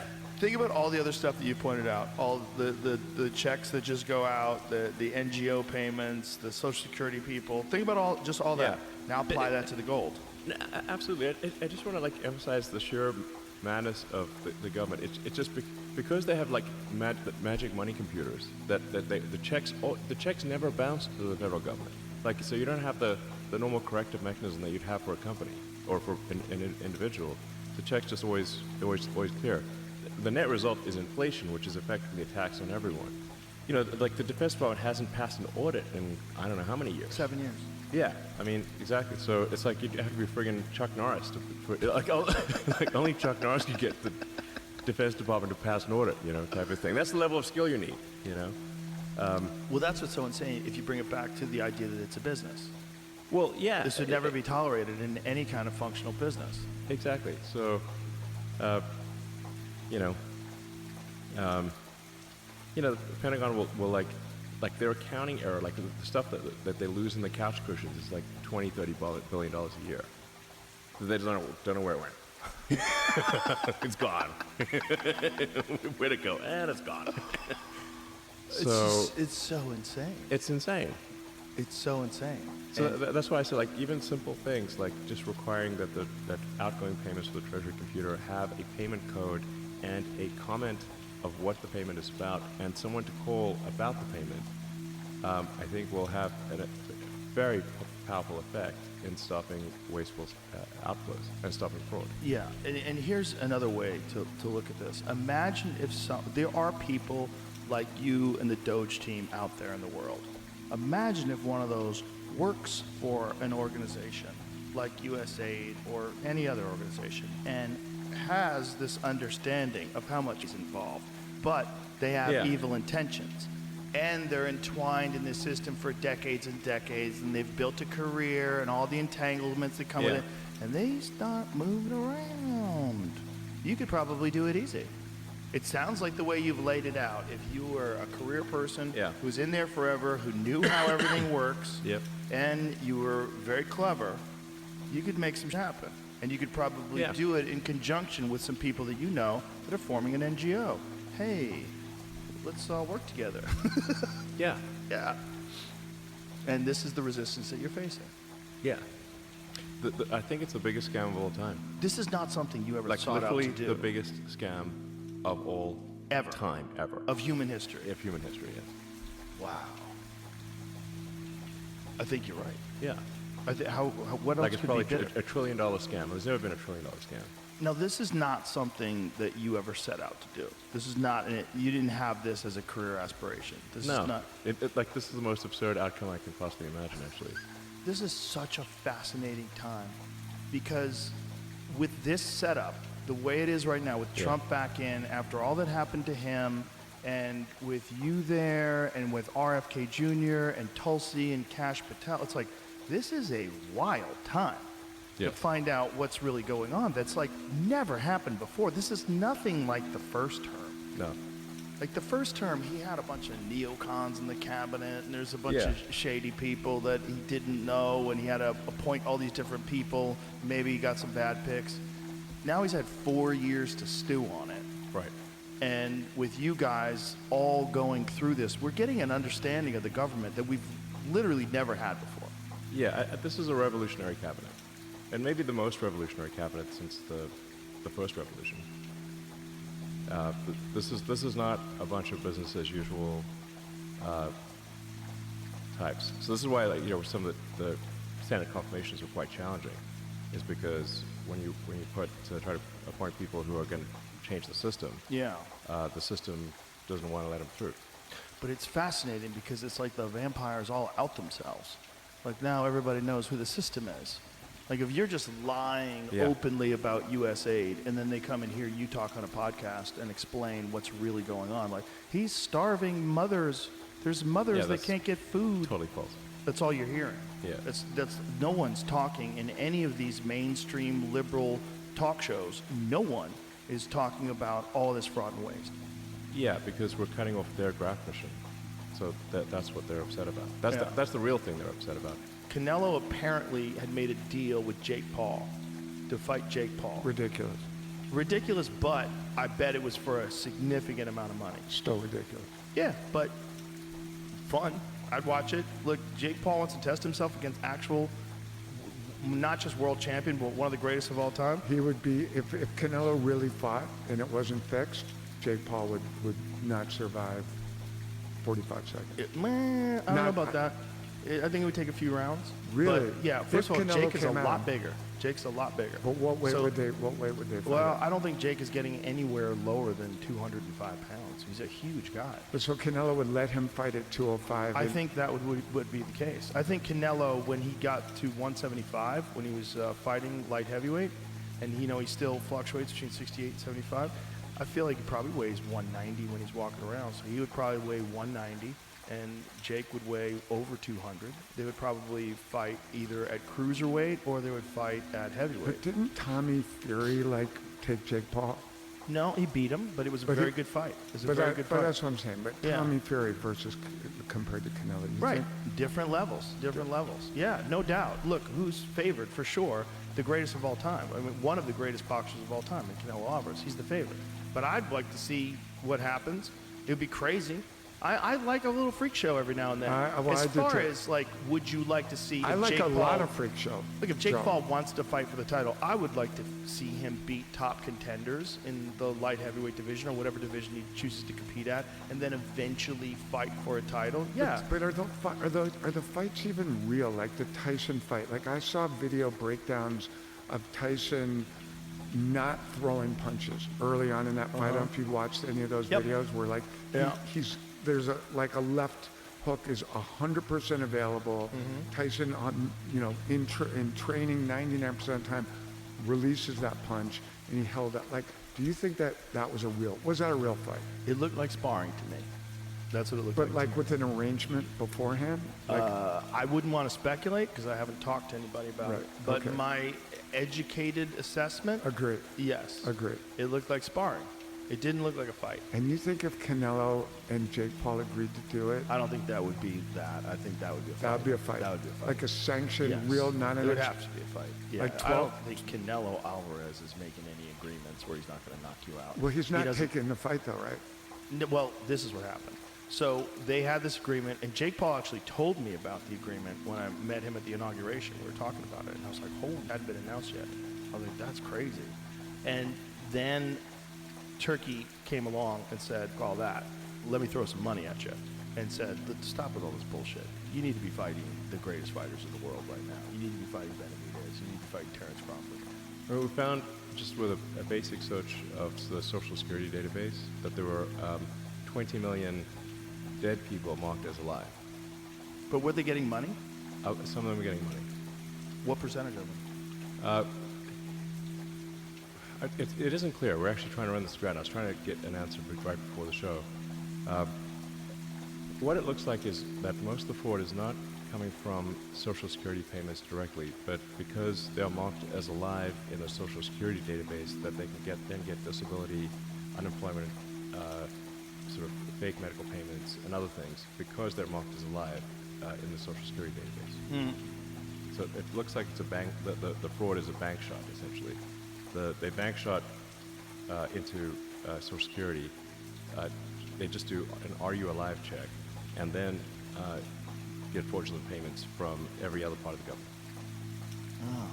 Yeah. And this exploits the fundamental weakness in the government is that the various government databases, they don't talk to each other. They talk to each other very poorly, in a very limited way. So the way the system gets exploited is by taking advantage of the poor communication between the various databases in the government. To give you an example of like what's happening in state Treasury, which is improving rapidly. The main payments computer is called PAM, Payment Accounts Master Database or something like that, but everyone calls it PAM. That's responsible for almost $5 trillion payments a year, roughly $1 billion an hour. And when we came there, we're looking at this PAM, and it's like the payments have no. You could put a payment through with no payment categorization code, and no description on the payment, like basically untraceable blank checks. This is the kind of thing that if it was done as a public company, the company would be immediately delisted and the executive team would be thrown in prison. But this is just normal at the government. So we said, okay, our recommendation to the Treasury and the Federal Reserve is like, we need to make the payment categorization codes mandatory, not optional, and there needs to be an explanation. We're not judging the quality of the explanation, but there should be some explanation for what this payment is for above nothing.